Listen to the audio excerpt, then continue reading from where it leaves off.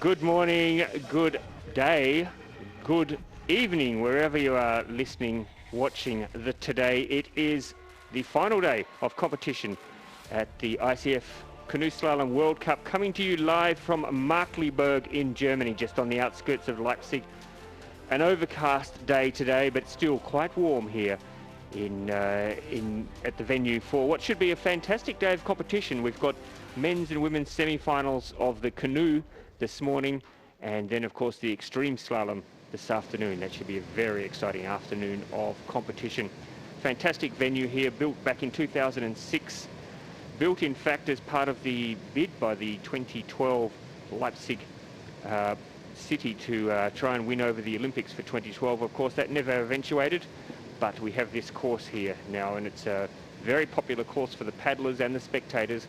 25 degrees today, so at the moment a little bit cooler than yesterday, thank goodness. Yesterday was very, very warm indeed, and today much more pleasant. The sun is hiding behind the cloud, which I'm sure the athletes and the spectators will find much more accommodating today. So we have the women's canoe up first. In just a couple of minutes we'll have the first athlete on the course, followed by the men's semi-final, and then the finals later on this morning, all coming to you live.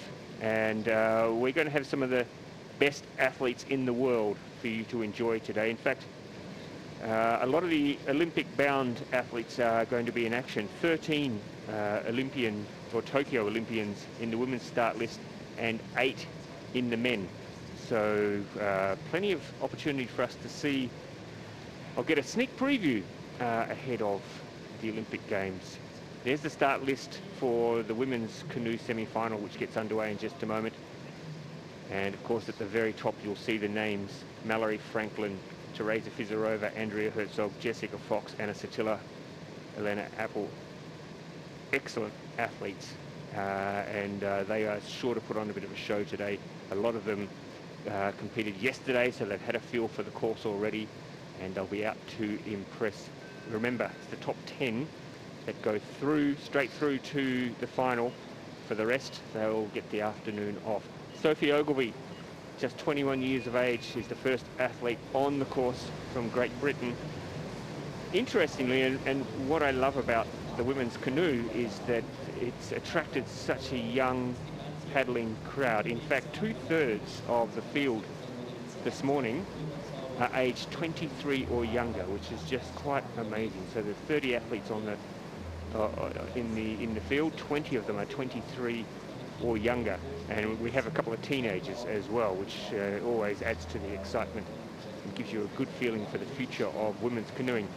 So we saw yesterday there's a few problems on this course, especially when you get down to around gates 22, 23. Sophie Ogilvie would have been watching very closely yesterday how the kayak paddlers went. So far, nice and clean this morning. Nice start for Sophie. Of course, the British canoeing program is very strong. We're sure to see a great program for them at the Olympics in Tokyo. Sophie, just 21 years of age, so she is very much the future for British canoeing, although Kimberly Woods and Mallory Franklin are not old-timers by any show. So Sophie will need to bide her time. A little touch there, I think, maybe on the way through the gate there, just with her back.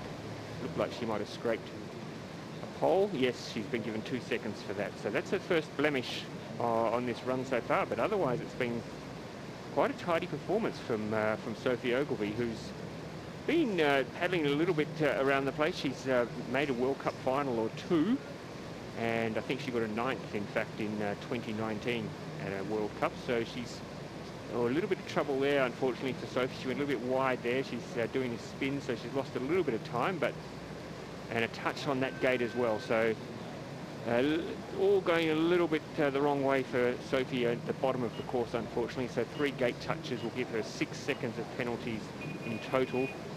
But she's got that first time on the board, and it's time for others to beat. But she's cursing herself there that maybe a couple of things happened that shouldn't have done. Now, this is very interesting that Nadine Wawrczyk from Austria is the second athlete on the course. On any given day, she would be challenging for a medal, you would think so, but she absolutely made a dog's breakfast of her first run in the qualifying and only just scraped through in the second run. So I think we're going to see, if she gets it right here, we're going to see a very fast early time set for the rest of the athletes to measure themselves against. Nadine, I mean, she's a former under-23 world champion, and she was third in our world championships in Spain in 2019. So she's very competent, but she is prone to a couple of silly mistakes occasionally. She goes fierce. She goes fierce. She goes wild. She certainly puts it all out there on the course. Although today, I must say, she's looking much more circumspect than we're used to from Nadine, just 23 years of age, so still trying to avoid, she's caught in that stopper a little bit there, but she's trying to avoid making any silly mistakes just to try and make sure she can get through safely to the final. At the moment, she's almost 8 seconds quicker than what Sophie Ogilvie was at this part of the course. So even though she's looking like she's being very careful, she's clean run, no penalties at all yet for Nadine Werechnig, which I'm sure will get through, and she's going to be fine. I think this is going to be a pretty good time to set early on in the run. Yes, really good time actually, 1:10.76. That has thrown down the gauntlet to the rest of the field, who will all be watching and marking themselves against that. Now, Lena Stockland, she is a local. She's from Leipzig, so she'd be very familiar with this course.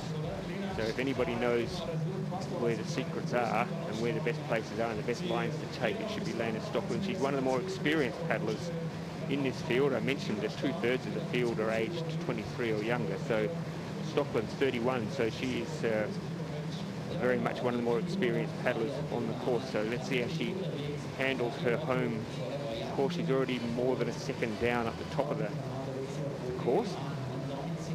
Fighting hard there to get across. She's got herself into a bit of an awkward line at the moment, which in that gate combination is very hard to correct. So she needs to work now to get back into her line, get the pace going again. Still clean though, which is important, but you've lost a bit of time sitting up there at the top of the course, which she'll need to try and make up at some stage very soon, because the time laid down by Werechnig of 1:10 is going to be the one that you've got to measure yourself and try and get around that time if you want to get into the top 10 for the finals this afternoon. Of course, women's canoe is making its Olympic debut in Tokyo, which is very exciting, and just the progression in this, there's a little gate touch there, I think, unfortunately for Lena. The progression in this competition has been just amazing to watch, even since Rio in 2016, after the Olympics were finished, and we certainly saw a lot more athletes having a go at the women's canoe, and a lot of athletes doing both now, the kayak and the canoe, and doing it successfully as well. Lena Stockland now coming down. Her time's going to be well outside that posted by Werechnig, in fact 10 seconds, more than 10 seconds. And you can hear her, you maybe heard her there in the effects microphone. Not that happy that was her result on her home course. Now, Sona Stanoska, who was our commentator yesterday for the women's K1, gets her chance to make a bit of a mark. So she's another of the youngsters competing, just 21 years of age. And yeah, look, very bright future for Sona. She's won a junior world championship silver medal before. And been around, she's a bit of a workhorse. She loves paddling, paddles whenever she can. Always enters the competitions, does the extreme slalom as well. She's got a 2-second penalty already, and she's struggled a little bit in a couple of the combinations up the top of the course, so her time is down considerably, 11 seconds down in fact on Werechnig's time, which I think is going to be challenging for a lot of the early paddlers. I think once we get down to the top 10, we'll start to see some people racking up times in that general vicinity, but some slow. There's another gate touch there, unfortunately. So 2 gate touches already for Sona, and the time is blowing out a little bit, more than 12 seconds now behind the leader. And this is, and another gate touch there, and she'll be annoyed with that one, because that was one that shouldn't have happened. So she's picked up 3 gate touches already, which will be incredibly frustrating. And now she's got this difficult part of the course, having already expended a lot of energy up the top Going to go for the spin here. Looks like she's touched that one on the way through as well, and that one as well. So this is really, unfortunately for young Sonna, this is not going anywhere like she would have hoped. As you can see on the side of your screen there, very colourful. A lot of errors, unfortunately, for Sonna, and yeah, she's blown right out now. 22 seconds behind the best time, and you can see the disappointment on her face. Now, from Brazil, Omara Stacianeta, who's, again, just 21 years of age. It's incredible, these young athletes. And it's exciting. It's exciting to see them paddling and to know that this is the future and that women's canoeing is in good, safe hands as we look ahead to the future Olympics and World Championships. This young lady from Brazil has had a 12th at the 2017 Junior World Championships. I think she came second at the Pan Americans in 2019. So very formidable. A couple of gate touches already though. I love the boat. The boat's eye-catching. Yeah, a couple of gate touches early though, so it's going to make it hard for her to pick up that sort of time. And she's got herself into, she's gone for the spin there, but got herself a little bit lost. Still going okay though. The time is 12 seconds down, nearly 13 seconds down. So, but at this stage I wouldn't be stressing too much about that, because I think that 110 is going to be pretty competitive. It'll be up there maybe in the top 5 when we see all the runs completed. So maybe the athletes don't need to stress too much, but 12 seconds is a long way to make up, and she's racking up the penalties now as well. So that is going to make it very difficult for her, unfortunately. But this is all experience. These young athletes, they have it all in front of them, and every time they get out on a course like this, and especially a challenging course like this, it's just more experience for them, more opportunity to learn new things and to learn from the best. And they'll all be sitting there later on and watching Franklin and Fox and Fizarova and just soaking it all up and seeing what they can learn. So yeah, 19 seconds down for Stacianeta, so won't be taking any part in the finals this afternoon. This young lady could well be though, Lucy Briot from France, 23, lives in Po, so gets plenty of time on the water there. Nice tidy paddler. Didn't make it to the Olympics, unfortunately for Lucy. She was in the mix there for a long time, but didn't quite go to plan for her at the end. They had a very long, drawn-out battle for Olympic selection in the French team, but Lucy missed out. But she is, again, 23 years of age, so I'm sure Paris 2024 is firmly on her radar. Nice tidy run so far for Lucy. No penalties, not taking any unnecessary risks.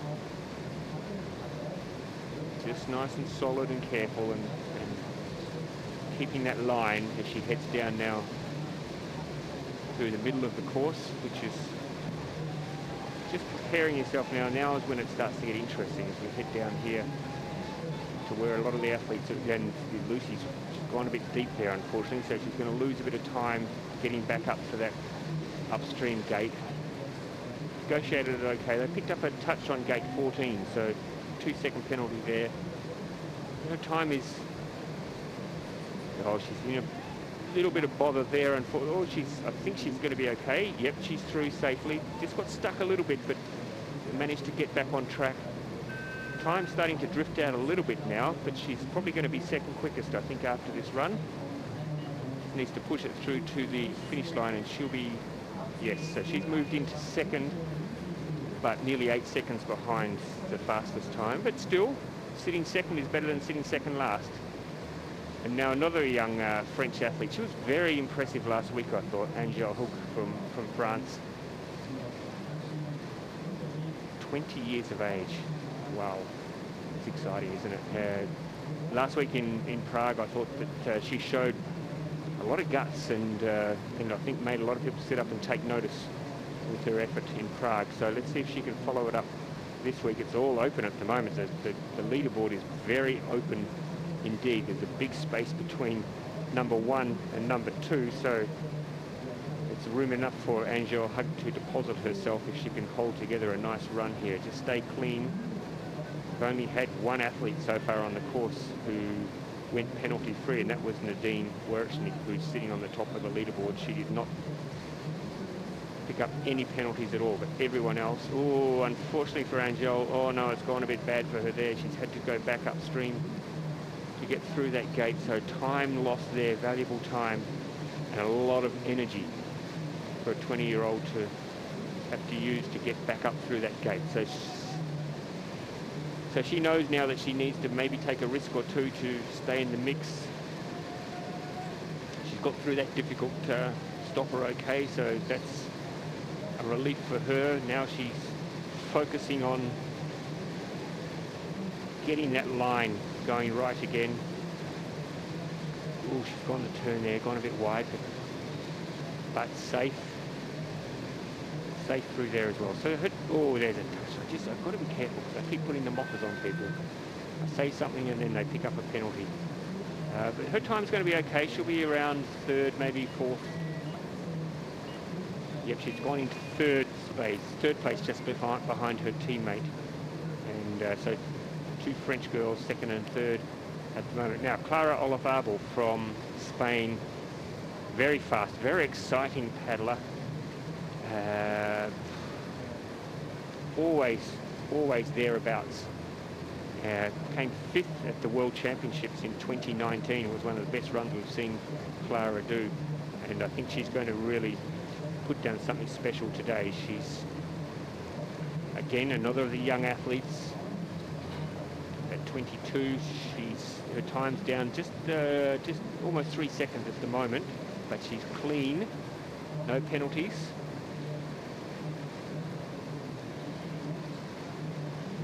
I think in most athletes' minds at the moment, if they can maybe just try and eliminate the risks to stay safe, stay penalty free, then they'll well and truly be in the mix the way the times are going at the moment. But we do have a lot of very good athletes still sitting in their boats ready to go, so you don't get too comfortable. Just drifting out now, 4.5 seconds behind for Olazabal, but that's not insurmountable. Werechnik was very consistent through the whole course though. There was no part of the course where she was exceptionally fast. She was just careful and consistent all the way down the course, and that's the approach that a lot of these athletes are going to need to take now. No penalties yet for Olazabal. Oh yeah, that was very well done. Very well done indeed for the Spanish athlete. I think she's going to be error-free, which is going to help her a lot as she comes down. She's going to move into outright 2nd, which should be a good result for Olazabal. 5 seconds down. That's all right. I think she thinks, okay, well, I'm going to be thereabouts. Now, one of our Russian athletes, 28-year-old Zulfiya Sabatova, picked up an early touch on gate 2. That will be very annoying for her. Finished 9th at the World Championships in 2017 and 8th at a World Championships, under 23 World Championships back in 2014. So 28 years old, she's been around for a little while. Due for a very good run, you would think, but 2 gate touches already. It's going to make it hard for her, and already 9.5 seconds down with the 2 gate touches.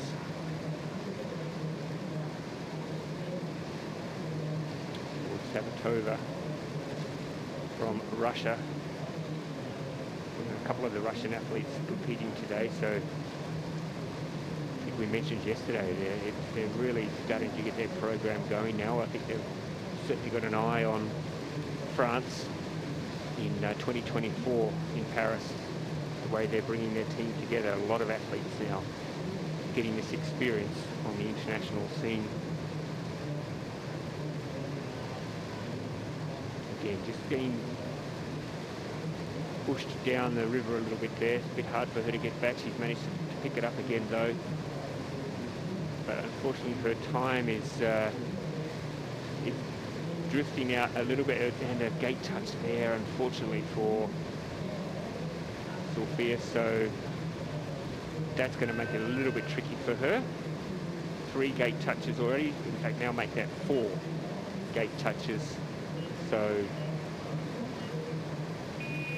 unfortunately for Sabatova, her time is not going to be in the mix. No, she's well down now. She's 8th overall, 20 seconds behind Verechnig. And Verechnik's time is certainly looking pretty formidable now.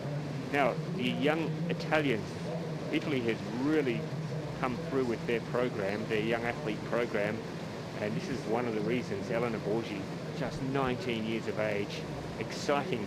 Didn't make the Olympics, but she really is an exciting paddler, and has really gone out hard early. She's picked up an early 2-second penalty, unfortunately, but she's fast, and I'm sure that oh, another gate touch there, so that's disappointing. Been joined in the commentary box. Hooray, everyone says at home. Oh, just as Elena Borgi almost capsizes, by Joris Otten from the Netherlands, who's kindly popped in to help me out here and to give us some insights into what's happening. Joris, great to have you here. Yeah, thanks for having me. I'm excited to watch some racing today, and yeah. It's been an interesting morning so far for the women in the canoe. Really only one athlete has nailed a good run so far. Everybody else has picked up penalties all over the place. So Nadine Werechnig is the athlete who's posted the fastest time and looks pretty strong up the top of the... Yeah, 110 is a fast time. I'm surprised. It's a good run from Nadine. Yeah, she was very careful, which I think she just thought after the 2 qualifying runs, she just needed to get through to the final, I think. But this is a challenging course.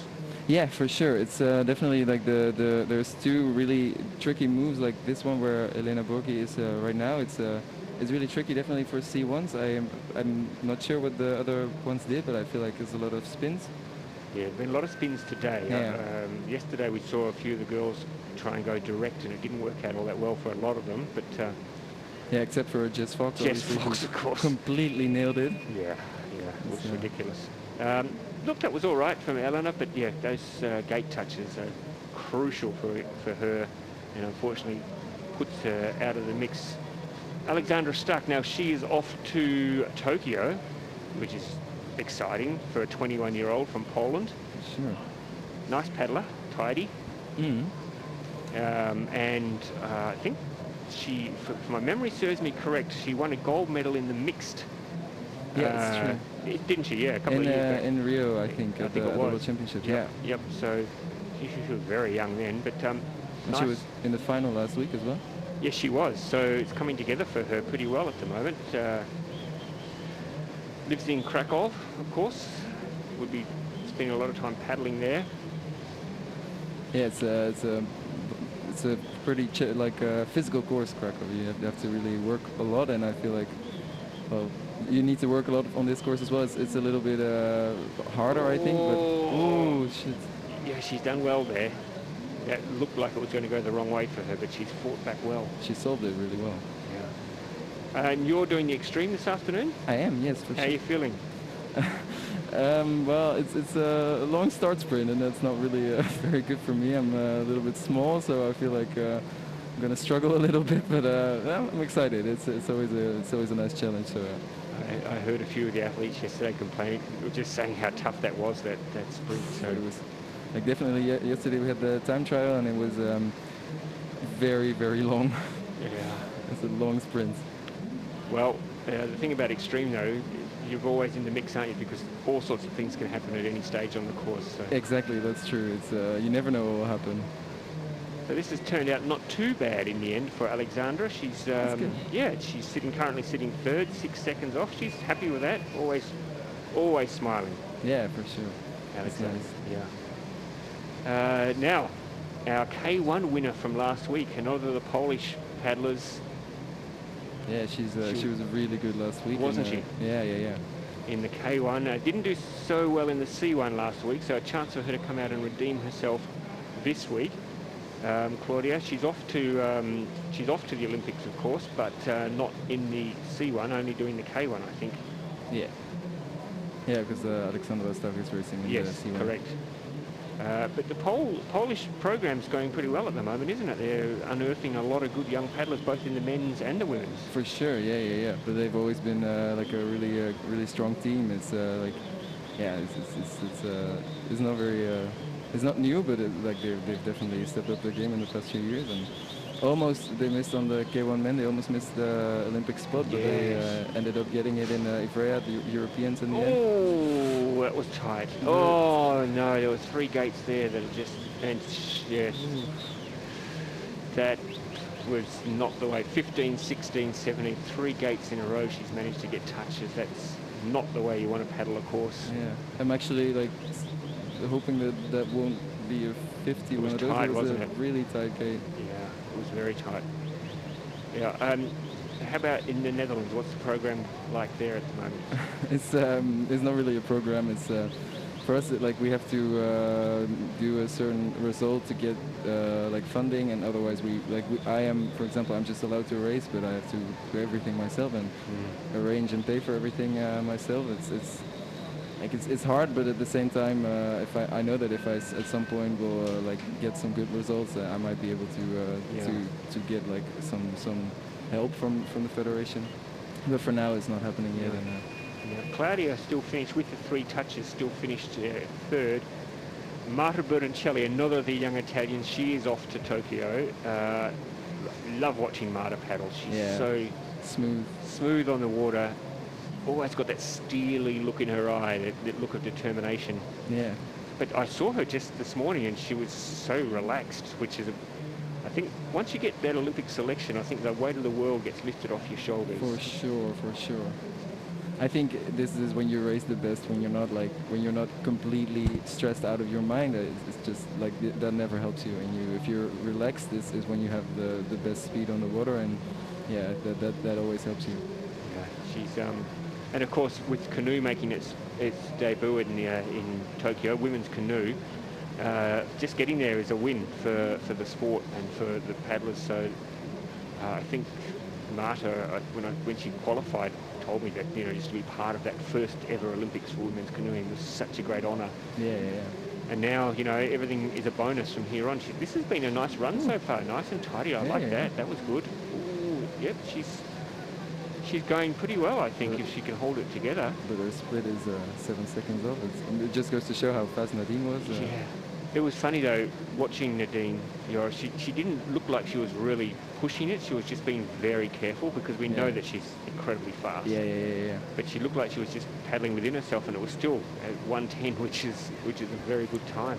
Yeah, but I think this is the best way to paddle on this course. You need to just be on the right lines and need to do the right strokes. And I think if you do that, you don't really need to paddle super fast. You need to just do the right things, and then it doesn't need to be. You don't need to work so hard. I think. I'm liking this run from Marta. It's been good. A couple of little problems where she's got a little bit stuck, but it's tidy. No penalties. Ooh, she did the wave. Yeah. Yeah, look, that's not too bad at all for Marta. She'd be a little bit disappointed that it blew out a little bit at the end, but clean and tidy, and some of the tricky gates she did well. So, but well down on the list. It's hard to go clean on this course. So that itself is already an achievement. So Klaudia Zwolinska, there is an asterisk next to her name. I know that you and I both thought there might have been a 50 there for her. They're obviously looking at that now just to see if it would. I was surprised they gave her a 2-second penalty, because I didn't think she touched that gate, but I thought she might have missed it altogether. But anyway, it's going to be one for the judges, who yesterday, I must say, had a very busy day. I can imagine. They had a very, very busy day yesterday. There were so many 50s flying all over the place. Yeah. So it's never an easy job. Have you ever tried judging? I've not actually, like just on some like local races, very small, but not like on a big level. So no. What they should do, and I'm going to talk to our head of canoe slalom, Jean-Michel Prono, about this. They should have a day when all the athletes do the judging, so that they get a chance to see just how hard it is.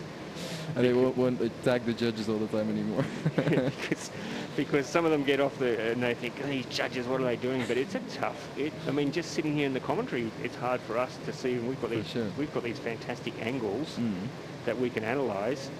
The judges are standing there on the side of the course with a naked eye trying to see what's happening, and sometimes it can be very, very difficult. I think they do a tremendous job. Nobody's perfect. People make mistakes, obviously, sometimes, but I think the majority of the time, the judges get it pretty right. Oh yeah, for sure. I agree. Like there's obviously some upsets sometimes, but like, yeah, you can be perfect, like you said. Now, Marjorie de la Sousse is on the course, so Monica Doria Villarubla didn't start, it seems. She didn't start, so I'm not quite sure what happened there. No, I'm not sure. She hasn't come up here as she's now a DNS, so I don't know what happened with... I did hear something that she stepped in something on the lake. But I'm not sure. She was one of the athletes who cut her foot. Yes, there were a couple of athletes who went out swimming and unfortunately cut their feet. Yeah, it's pretty sharp in there. Yes, I don't think anyone's done it since gone out swimming there, which it was a bit tempting, wasn't it? Because it's been so hot here, and that water is just out the back there. It looks very tempting. Yeah. So we've got Marjorie de la Sousse now from France, who is also Tokyo bound. Yeah, it was a surprise that she was the one that qualified. It was, I said earlier on, it's such an intense battle on the French team. It always is. It always is an intense battle. Yeah. To watch their selections is like watching the best World Cup in the world. It's so exciting. I mean, some of the teams just to get on the Olympic team is the hardest part. Then getting to the Olympics is like a cakewalk. Yeah. But de la Sousse at the moment, gate touch up the top, which is gate 6, so 2-second penalty there. The rest of the run's been fairly tidy though. Yeah, no, it's and she's not that far behind, so it's not a bad run. We do know she's very, very capable. Well, obviously, to get onto the French team for the Olympics. That was a nice spin. Not the touch there, unfortunately. No, she's gone over. We've had a capsize, so that is going to be no. She's going to go back. She's going to go back and she's going to go back and do the gate now, which is great. Yeah, for sure. But obviously that capsize has just put her well and truly out of the mix. And that might be touchy as well. So disappointing finish there for de la Sousse. She won't make the final. But even with that, 20 seconds down. So this time by Nadine Verechnig is well and truly standing. Yeah, it's standing strong. Very strong, yeah. Now Julia Schmidt, 32. Yeah. Also off to the Olympics. Yeah, she is. It was a really big surprise for her. She didn't see it coming anymore. No. And she'll be making history because it'll be the first time Hungary have been at the Olympics. In slalom. Like in slalom, of course, yeah. I mean, in flat water, they're actually like really, really good. Yeah. They've got a permanent tent set up. As soon as the next Olympic city's announced, they set up a tent there ready to go. But it'll be exciting to see Hungary in the slalom competition. Yeah. And it'll be Julia who's going to represent Hungary. So good luck to her. She's already so far behind on the first split. I don't know where she lost this. It was probably the spin. And there's a touch there as well. So yeah, it's not going to be quick for Julia. 3 touches already, 6 seconds in penalties. But look, look. There are so many great stories coming out of the whole Olympics, as there always will be. And the fact that we're having a couple of new nations who will be going to Tokyo is very exciting. Chinese Taipei is another who will be going. And it just shows how the sport is growing around the world. Yeah, and for sure. We're seeing new athletes, new countries, all taking part. And I think, big gate touch there as well. I think extreme slalom is going to bring out a lot of new athletes as well, because I think a lot of people are attracted to the hurly-burly of it, aren't they?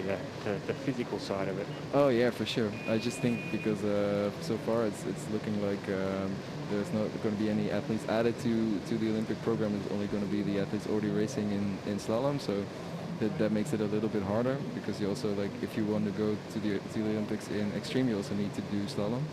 So I'm not sure how this will work, but No, I do think it's gonna attract a lot of people to the sport, and yeah, that's gonna be good.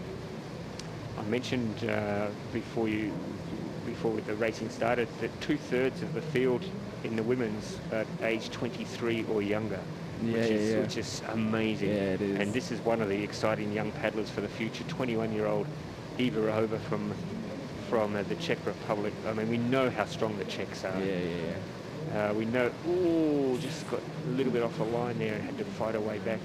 We know how strong the Czech program is and how difficult it is to crack the top three. But this young lady is very exciting. I think I'm looking forward to seeing how she progresses over the years to come. She's made a couple of World Cup finals. Yeah, she is. She's given herself a bit of a task here, though. She's 8 seconds down already and has a gate touch. Last week in Prague, she was doing the demo runs. So she was not racing, but she was doing it so well, and she was showing off all the lines really nicely. It was really good. Makes it a bit of a bonus, isn't it, when the people doing the demo runs are as good as the athletes who are actually exactly.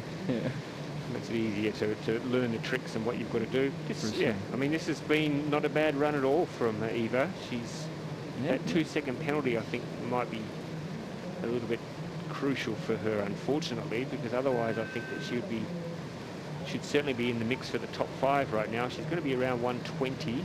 Yeah. Which 120.74. So sitting 7th, and she has an asterisk. They've taken the asterisk away from Zwolinska, by the way, so that 50 wasn't given a 50. That's good for her. Yeah, she's still third. Still third. Okay. Big gap there between first and second. Now, yes, Miren from Spain, Miren Lascano from Spain. She's the reigning senior European champion. She had a great week, didn't she, in Ivrea? Yeah, she did. It was a really impressive run. I think maybe took a few people by surprise, in fact, just how strong she was there. But yeah, because she was injured before and was not unable to race in 2019, I think. And now she's returned and better than ever for sure. Well, now to see if she can follow up that European form. She's, I don't think she's not going to Tokyo, of course. No, Nuria Villarubla is going. Who will be in action a little bit later on.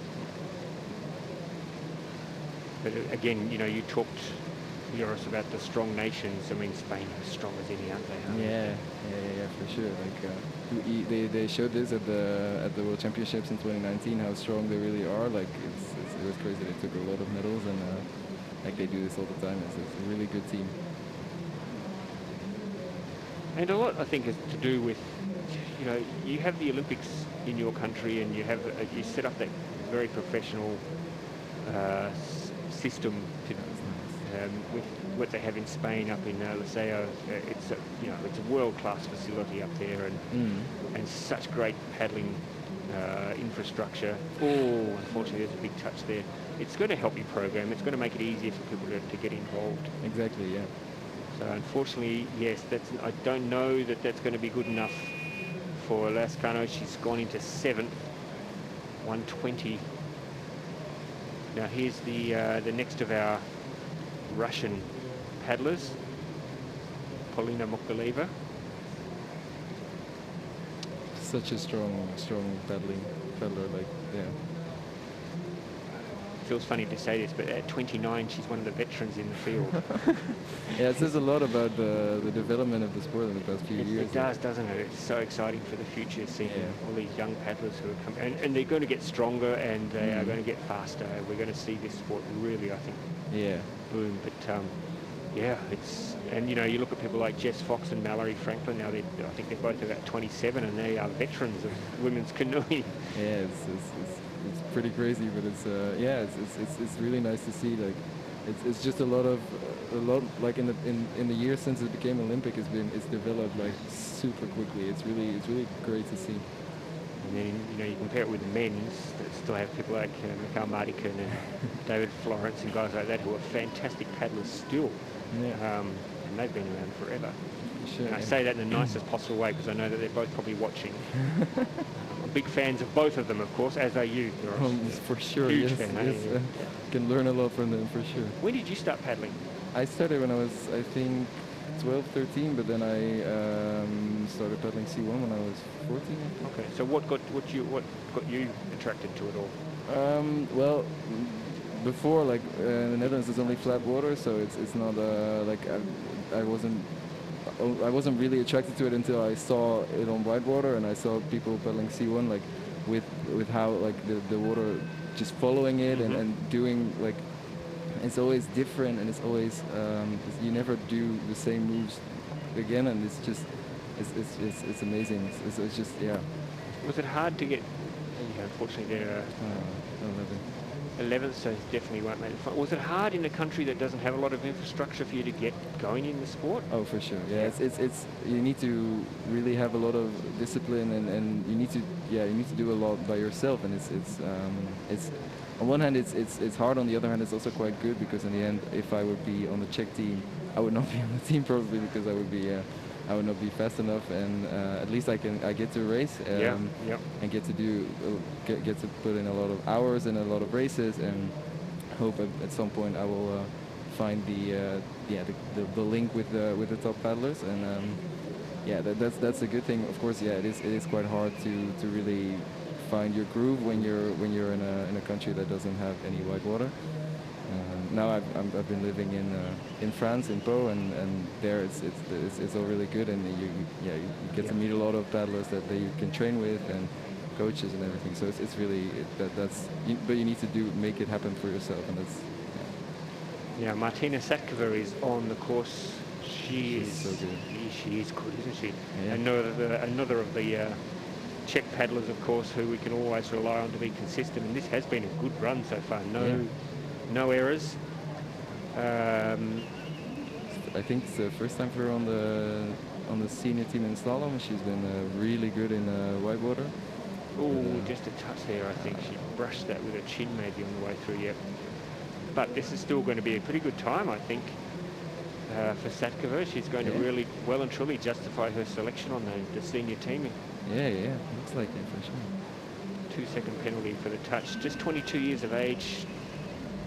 Made the final of the under-23 World Championships back in 2017. Yeah, this is going to be nice. Yeah, it's 5th place. It might be enough. Well, it's 5th place, and we're now, from here on, we're down to the top with the last 10. So we're going to start.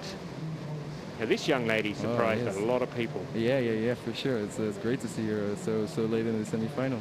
Just 18 years of age from Ireland, and just really came out and put together a fantastic qualifying run. Yeah.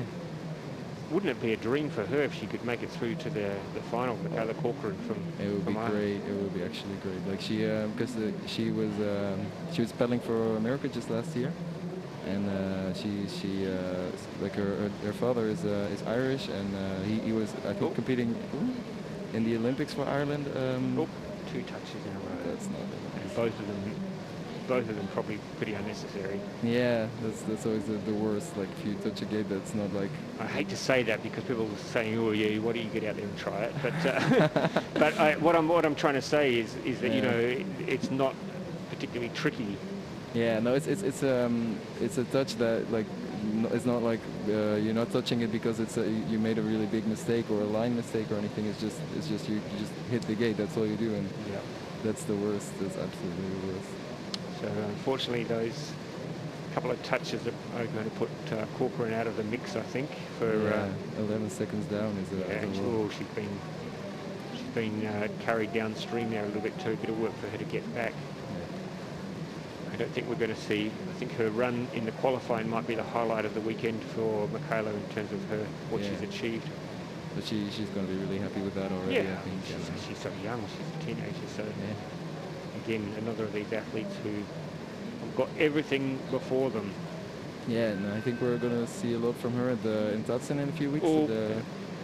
I mean, you look at this field here. A lot of these athletes are going to be there at the under-23 World Championships. Yeah. So that means, I believe, that Nadine Verechnik is qualified. Yeah. I don't think. Naomi Fox has gone straight out, banged the first gate. That's Second not gate. a good start. That's not a good start. but no, she has been paddling pretty well this time around this season. So as we've said, there's a lot of room on the leaderboard there, and I think one touch is not necessarily going to ruin your chances the way things are looking at the moment. Zwolinska's still third with 3 touches. So yeah, exactly. And there's 6 seconds or 5.5 seconds between first and second, so there's plenty of room for Naomi if she can stay clean for the rest of the run. It must be frustrating though when you go out in the first or second gate, you straight away pick up a touch. Yeah, put that at the back of your mind, haven't you? Because that's the hardest part about touching a gate so early. You need to really get your mind back in it, and like if you touch a gate later in the race, you still have 2 seconds of penalty, but you don't really have to regain all of your mental because you're already like so far in it. Yeah. When you touch it at the start, it's like, wow. And I think there must be part of you that says, I have to take a risk later on now to get that 2 seconds back. Yeah, and sometimes those risks aren't really, like, you don't really know if they're necessary. You don't really know what the rest is doing, and those risks might actually be actually not work in your favor and make you go down on the leaderboard instead of up. I would have to assume that the coaches would be passing on the message though to the athletes still to come to say, look, there are no really impressive times out there. There's a lot of room on that leaderboard, so even if you get a touch early, don't panic. And Naomi looks like she's putting the rest of her run together nicely. I think she's going to be fine here. Yeah, it's a good time actually. I think she's going to be through. I think she's going to be, fifth. Okay, so just at the end there, she's going to be on the cusp.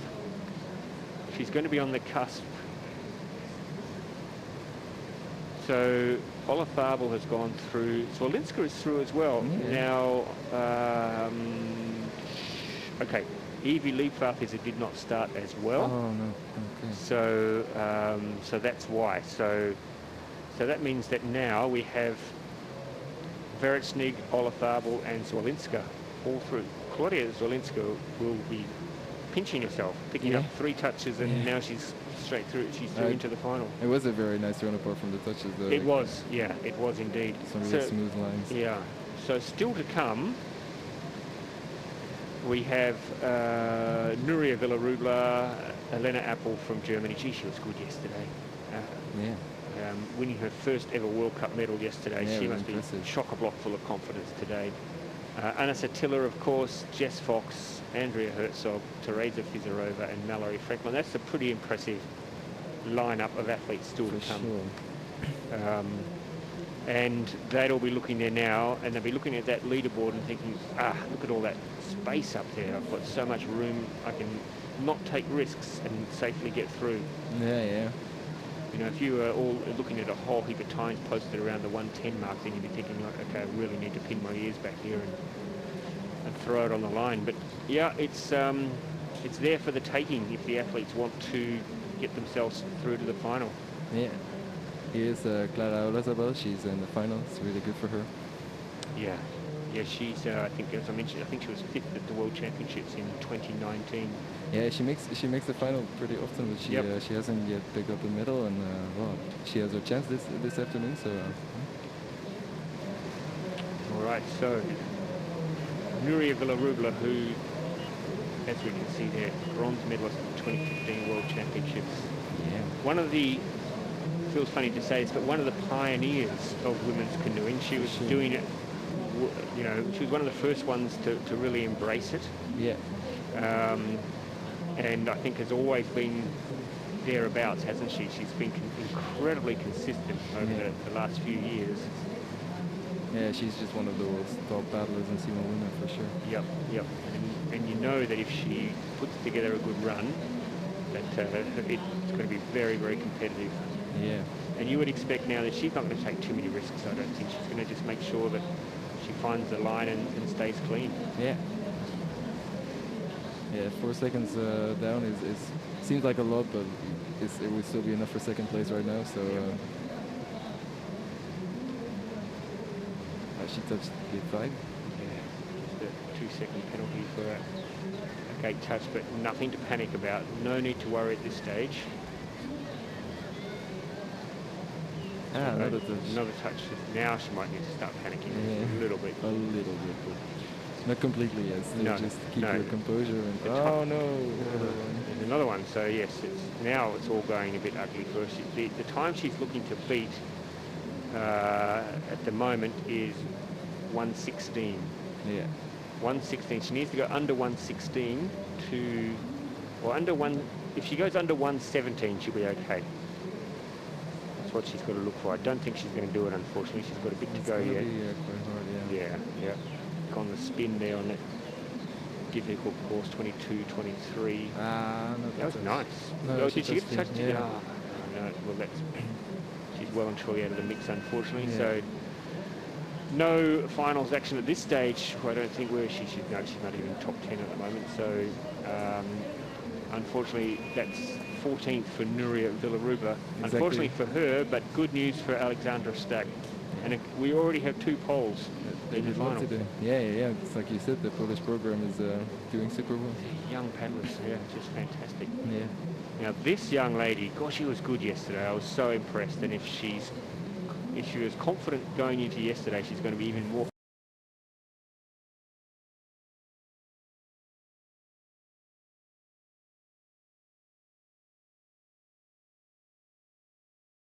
Like if you see her paddling, it's a lot of like last year I think at the U23 European she won both K1 and C1, so yeah, she's a very big talent.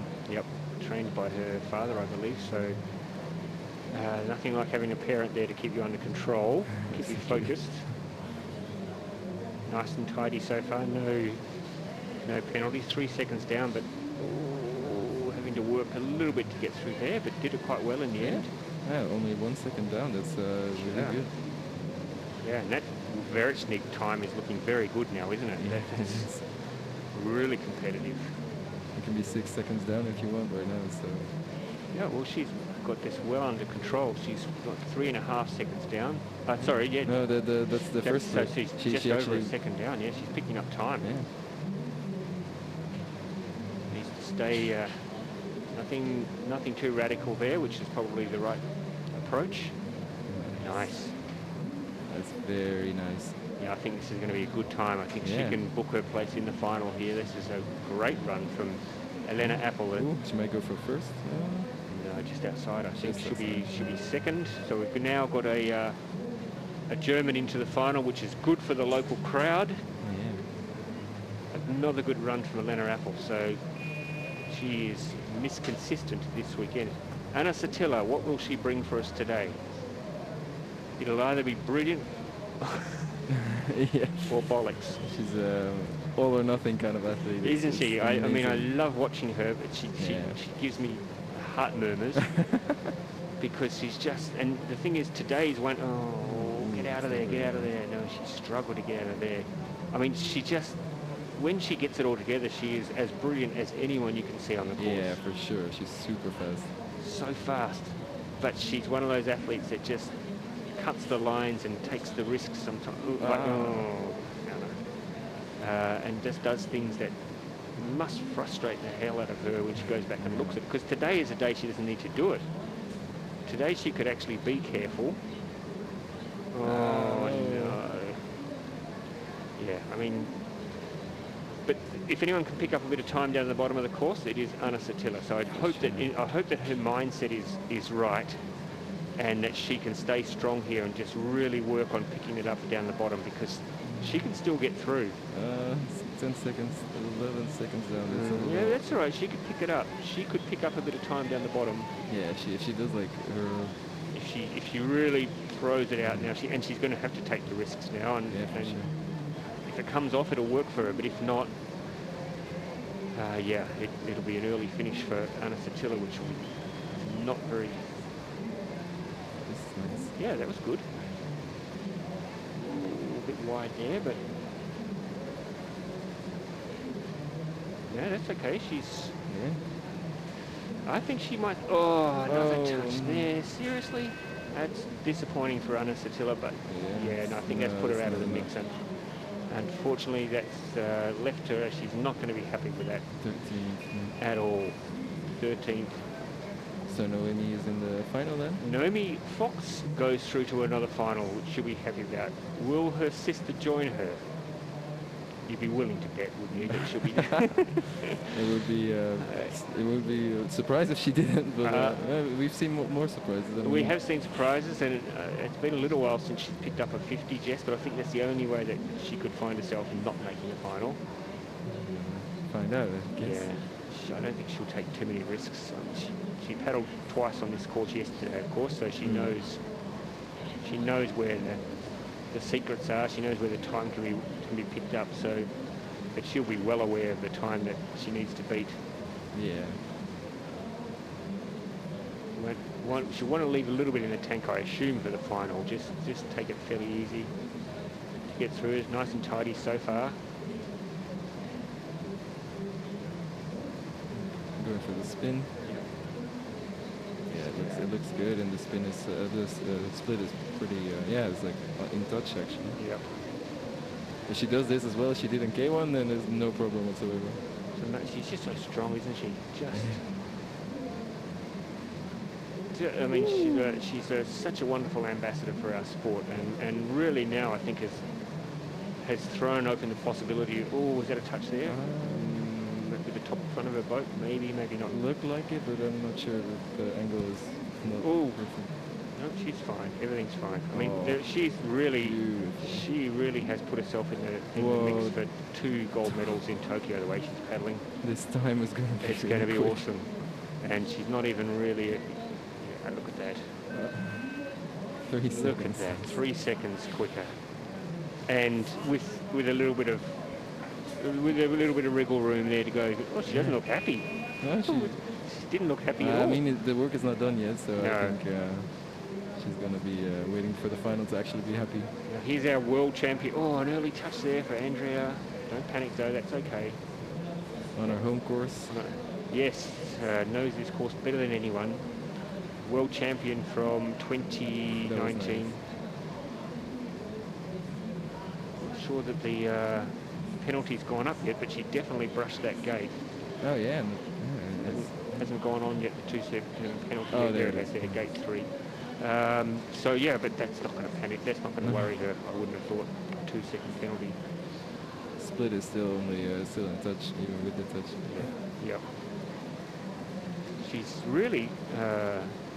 really changed as a paddler over the past 2 years. I think she seems much more relaxed now on the course and more relaxed within her own mind. I don't really know about this, but I feel like she's always had a very, very like focused sort of style. She's always. It doesn't really look like she's paddling very, very hard, like very. But she's still like she has like the perfect line, and she doesn't really need to do a lot of strokes, and it's really beautiful to watch. Really paddling within herself today. She does this well, it doesn't really need to matter. She'll be fine if she gets through here. Yep, that's good. There's this one last upgate that can be a little bit tricky. It's going to be enough for sure. Yeah, she'll be well under the qualifying time. She'll probably go into about 3rd, I think. Yeah, even with another touch. Yeah. Yep. 4th place. 4th place for Andrea Herzog, and 2 Germans now into the final. So we just have 2 more athletes to go. And the athletes sitting on the cusp at the moment are Martina Satkova from the Czech Republic and Lucy Prio. Well, Lucy Prio is currently in 10th place from France, but I wouldn't want to pin my hopes on getting in with Teresa Fizarova on the course because she is a very good paddler. Yeah. Again, one of the... Really, she's more focused on... She does... The canoe's been her sport, her discipline, and she's really been a great ambassador for the sport and has gone from strength to strength. And even with that, she still managed to become, I think, European champion in under 23 in K1 a few years ago. So like she doesn't only paddle C1. No, but she certainly made her mark in the C1, sure. And will be going to Tokyo in the C1. Very consistent paddler. Still just 23 years of age. So it seems like she's been around forever, but. Her time's fast. Look at that first split. Super quick. She was getting medals when she was junior. Very good run so far. Oh, yeah, that's nice. Very nice. Yeah, it was a bit of a solution. Like I didn't think she planned to spin, nope. but it was a good solution. Worked out alright for her. This has been good. This is the time's just dropped down a little bit now, but definitely nothing to worry about. She's well within the qualifying time. Just yeah. Yep, that's all good. She needs to get across here now. This is the part where a few of the paddlers would have had nightmares about this last night, wouldn't they? This little section here. Curious to see if some of the C1 men will go direct here. I'm sure they will. Slavkovsky that will for sure. Wouldn't it? Yeah, this is going to be a nice time. Yeah, it's going to be good. For Fizarova. This will put her straight through to the final. Yeah, very good. Very cruising down. Just wanders down, fourth fastest into the final. A bit of a smile, but a bit of a shake of the head. Now, Mallory Franklin, what is she going to produce for us today? Yesterday, her K1 went pear-shaped, but this is her Olympic event. Yeah. She was very good last week in the semi-final. We know she's fast. I mean, she could well and truly challenge Jess's time if she gets it together, but you would hope that she's just focused on getting through to the final here, not trying to beat Jess's time. No, it's not necessary at all. Like, you need to be 10 seconds slower, otherwise. Yeah, I mean, the time that she needs to beat, if she gets under 1:18, she's going to be through. Now, she should do that on a bad day. Yeah, I think she should be able to do that. But look at the split. Yeah, it's 1 second already down. one second quicker. Up, yeah, she's not holding back. She's decided, okay, I'm going to really. And I suppose for the British paddlers, they haven't had a lot of international competition over the last. There's a touch there. At least if she can hold her line together, it's not going to be a problem. She'll be fine. Just another of the athletes, though, that you always have your heart. Oh, Mallory Franklin, she's gone. She missed that. I mean, there's over by a long shot, but just her mindset's now. She needs to know that she's still got this under control. That was nice. Yeah, that was good. I think she's going to be. She'll be fine. It's okay. Like, she's only at 104, so she's easily going to make it. She's going to look up and she's going to be very surprised how easily she's made the final in the end. I mean, she's going to go in about fifth fastest, I think, is she? Would she? Yeah. Look at that. Yep, she's gone in sixth fastest, and with a big mistake. Yeah. So she will know, okay, yep, I'm fast enough on this course. I just need to eliminate those errors. But yeah, look at that. That's amazing. That's how fast she was going at the top of the course, that she could pick up a 2-second penalty plus get thrown down river and still get back. And so there we have the final. The final is set in stone now. Any obvious surprises there? Obviously, Jess Fox, Nadine Veresnik, Eleanor Apple, Fizarova, Herzog, Franklin, Olasabal. You'd all expect those names, wouldn't you? Swalinska, yes, probably. Stack, Naomi Fox. So an interesting top 10. Yeah, for sure. It's I think it's going to be an exciting final. If I look at this, it's they're all really good paddlers, and excited to see what happens. A couple of Australians, a couple of Germans, Spanish, Great Britain, Czech, Austria, and a couple of Poles will be going off very early in the final. So yeah, it's going to be exciting. I think it's going to be very, very interesting to see who wins today, or who challenges at least. Jess Fox, you would think, will start a red-hot favourite, but anything can happen. Red-hot favourite doesn't always mean that you get to actually produce it. It still needs to happen. Yeah, exactly. But if anyone can handle a red-hot favourite, it's Jess, of course. Yep. She doesn't seem to mind the pressure at all. She'll be fine. All right. Now, what about the men's? Have you had a look at the men's start list? What do you think? What do you think of how do you think this will play out?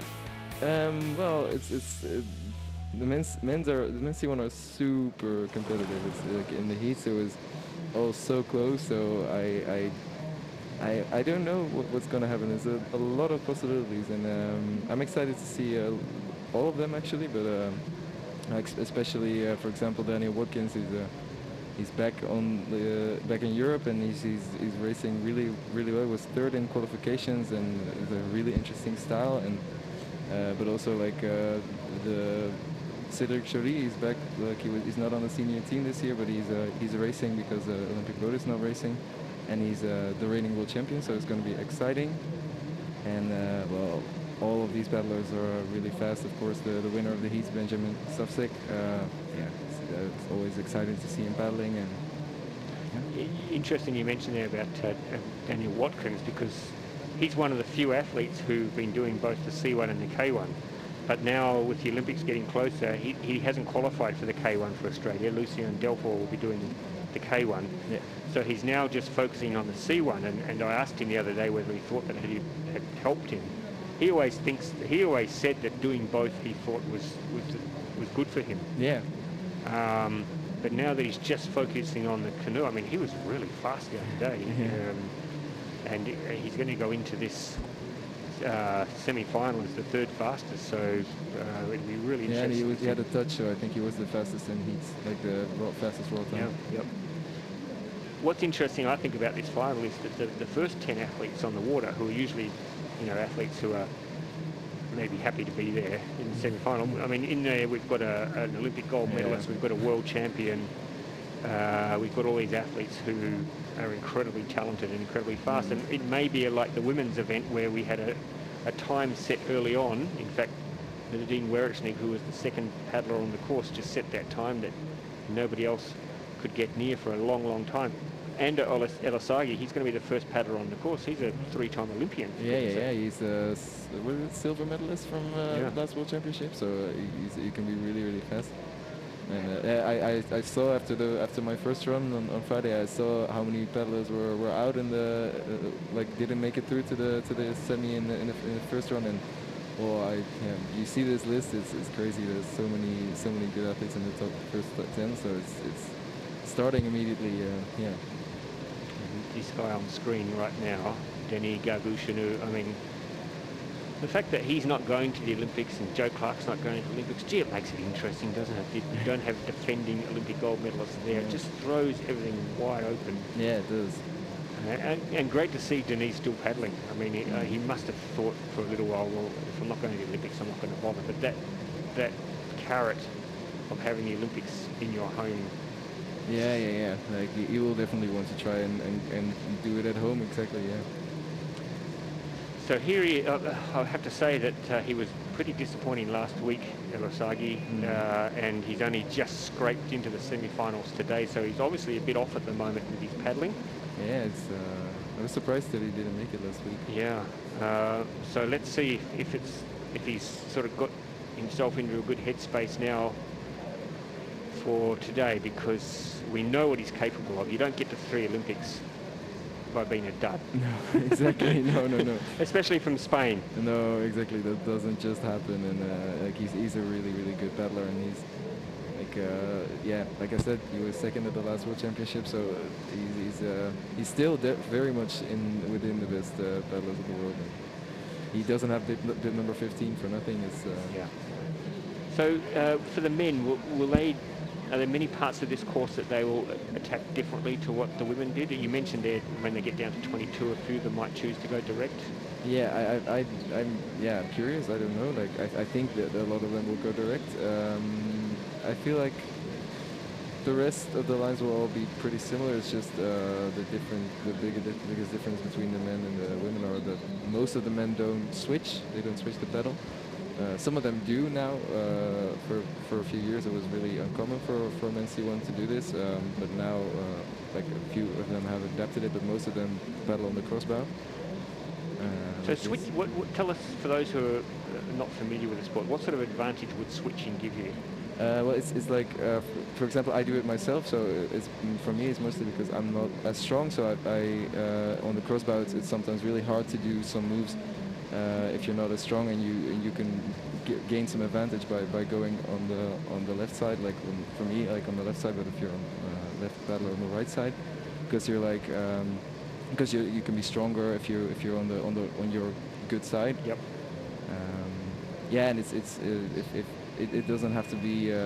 If you switch fast, you won't lose time by switching, and it can be good. And for example, one of the paddlers who does this really well is Wojtek from Czech Republic. Yes. You'll see him later, and he's really fast with this. So yeah.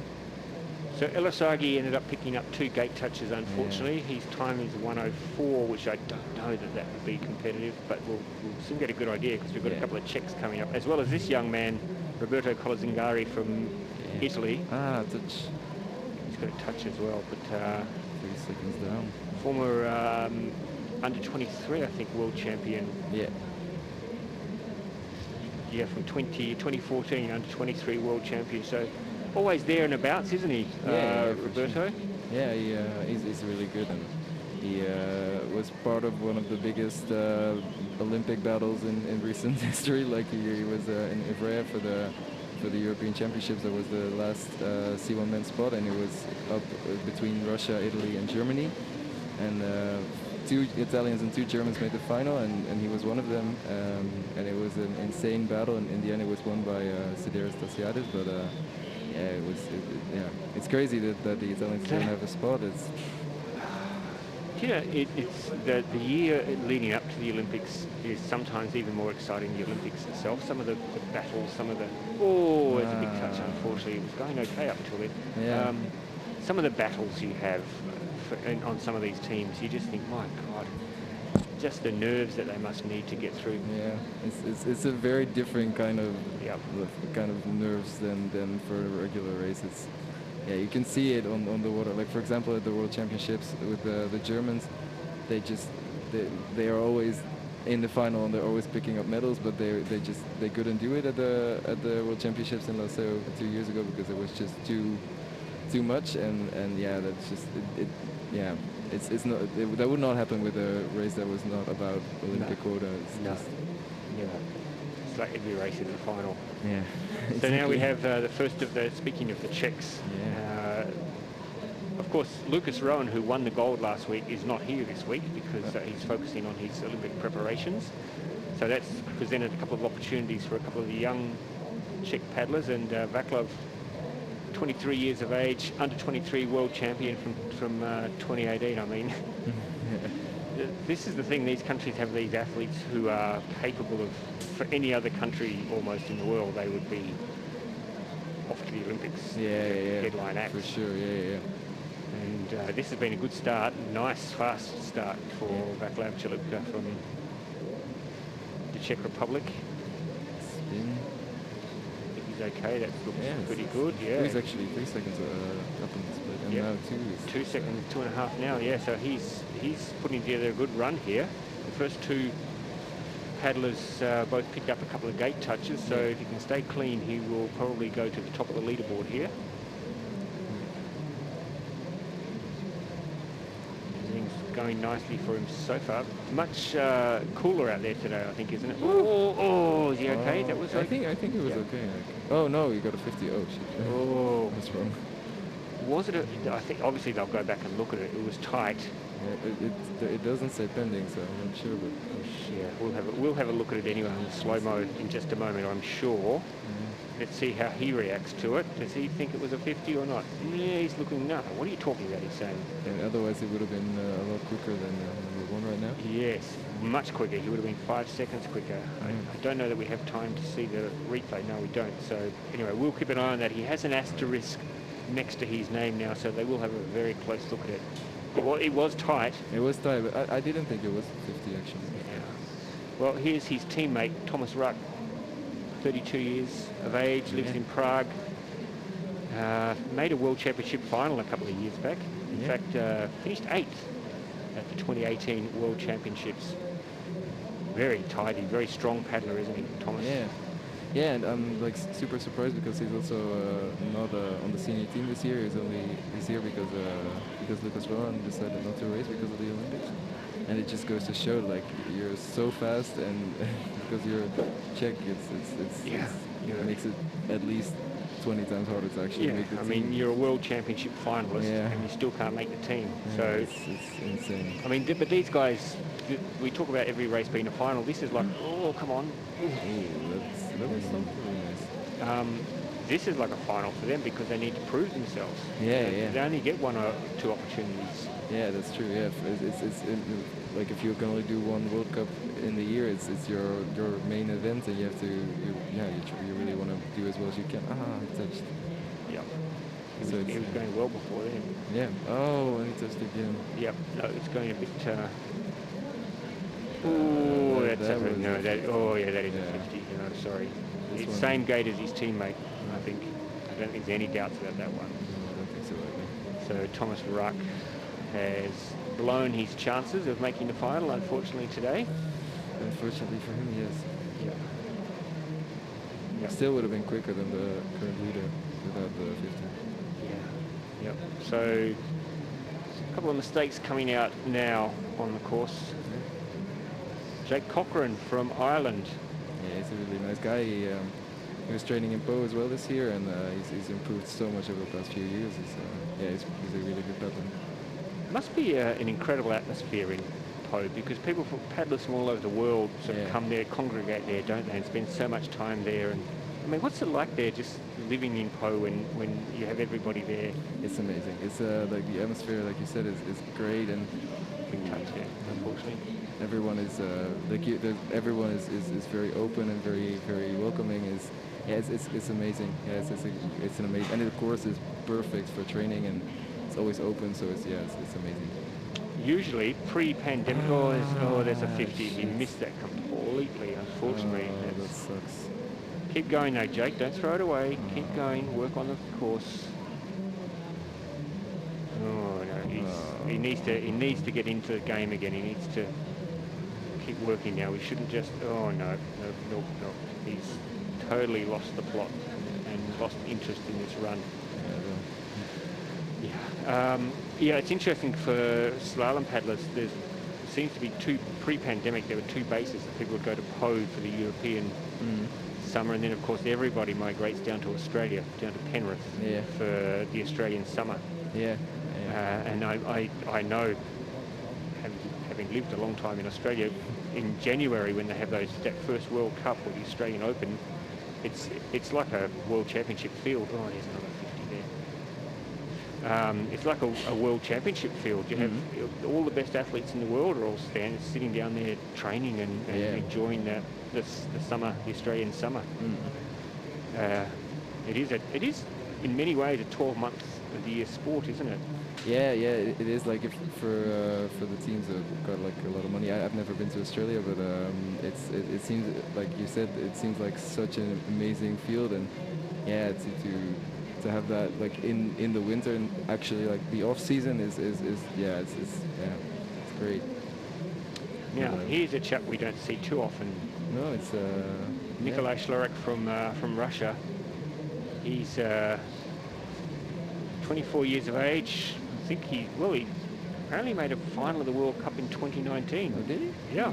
I don't remember that. Nope, I don't know. But look at his helmet. I love the helmet. I mean, he's paddling really nicely. So, and his helmet, it's nice and great. colourful. Yep, cool. Makes it easy for the judges to see when he goes through the gates. But let's see if he can really put something together here. Looks strong so far. Yeah, he's a good run so far. Couple of seconds to play with. He's just not going to take too many risks at this stage. Yeah, but I do feel like the time of the current leading time is probably not going to be enough. No, you wouldn't have thought so, surely. If you see the Czechs, they're all less than 50 seconds up, and they have a 50, so like they were actually quicker. That 50 stayed, by the way, for Chalupka. Yeah. So the judges were satisfied that he did miss that gate. So he's still faster, even though with a 2-second penalty. Yeah. So he may put together a challenging time here. Oh, no, it takes so long. Oh no. What do you think? 50, yeah. Gee, 22, 23. Just the last few paddlers are all. He's struggling a lot right now. They've all fallen apart on that combination. It was hard yesterday too. A lot of 50s on those gates yesterday as well. Is he happy with it? Yeah, he's thinking, probably. He had his head down, so he wouldn't really know. Unfortunately, and again, without that 50, he would have been competitive, but we have a long way to go. Let's have a look here. That's where the problem was. He got stuck there and he had to... I think he's needed to wait a little bit longer on the spin. Like he spin when he spin, it was still in the way. Now we might see a good time laid down, because Gregor Hedwig, he's off to Tokyo from Poland. We know the Poles are paddling really well at the moment. Why do I say these things? As soon as I say, I know what's going to happen. You're jinxing it a little bit. Yeah, did it all yesterday as well. He's already been to the Olympics, of course, so off to his second, I think, Olympics. I'm not sure. Might be 30, but anyway, he's got that Olympic experience. No, That's another touch, big touch. 2 touches already. And, he's okay. He got through all right. Yep. Another touch there. Wow. Well, if you're sitting waiting to have your run, you'd be looking at this and thinking, wow, it's not too much. There's going to be so much room. Oh, now Gregor's, unfortunately, I think he's thrown in the towel as well. Yeah, it looks like it. He got blown down river a little bit there, so his time is just blowing out now, unfortunately, for Hedwig. So Roberto Colazingari will be sitting there thinking, I cannot believe that I'm still at the top of the leaderboard. Exactly. I picked up 4 seconds in penalties and I'm sitting pretty at the top of the leaderboard. I mean, look at this. This is blowing out as well. So, yeah, it's just not working out for a lot of these athletes at the moment. No, they're struggling a lot. Which means that the door is wide open for our next paddler, who just happens to be the reigning Olympic gold medalist. Just happens to be. Yeah. And he's also the reigning European champion this year. Yes. So. But not going to Tokyo. Not going to Tokyo, no. It was again, the French selection is always it's crazy. Last year as well, it was an insane battle. I'm not quite sure what that split up the screen means. I don't know what that split is, but that he was more than 29 seconds up. I don't think that's right. He's only been through about 3 gates so far. Six gates he's been through. Anyway, we'll soon get that corrected, I'm sure. But he is going well. He is going fast. No penalties yet.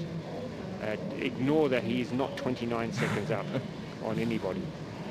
But I feel like he's probably up if I look at this one. Yeah, he'll be up. He'll definitely be up. But, something wrong with these splits. The splits have gone crazy on us. They're not making any sense at all. But ignore that. All you need to know is that at this stage we believe that he is error-free, and we believe that, well, he's fast. We know that he's fast here. Yep, no problems there. No problems there. Everything's good. 3 seconds up. Yep.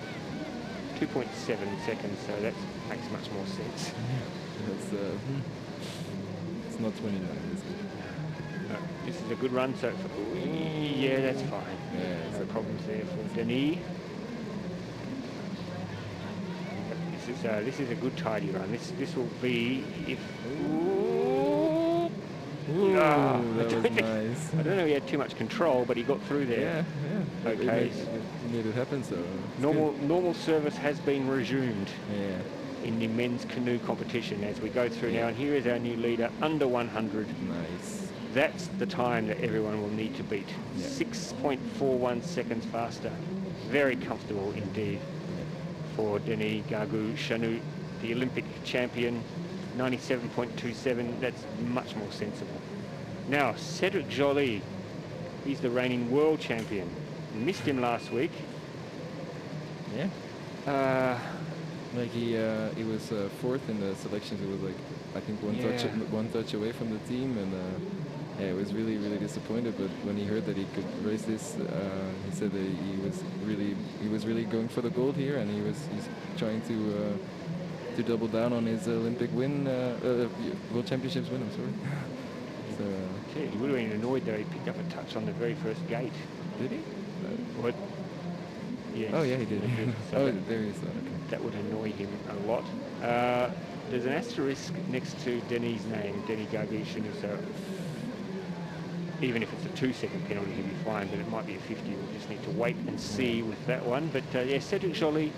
I mean, this is the depth of the French team, and we talk about the anguish with the selection process. The French men's canoe team, my goodness. Yeah, That was a drawn-out process. Insane. Because I think there was like 6 paddlers within like the same points at the selection, so they were super close, and they're all really fast, and they could all get a medal if they have a good day. So it's just, yeah, it's insane. And how insane is it that the reigning world champion can't make selection of the French team, let alone the Olympics?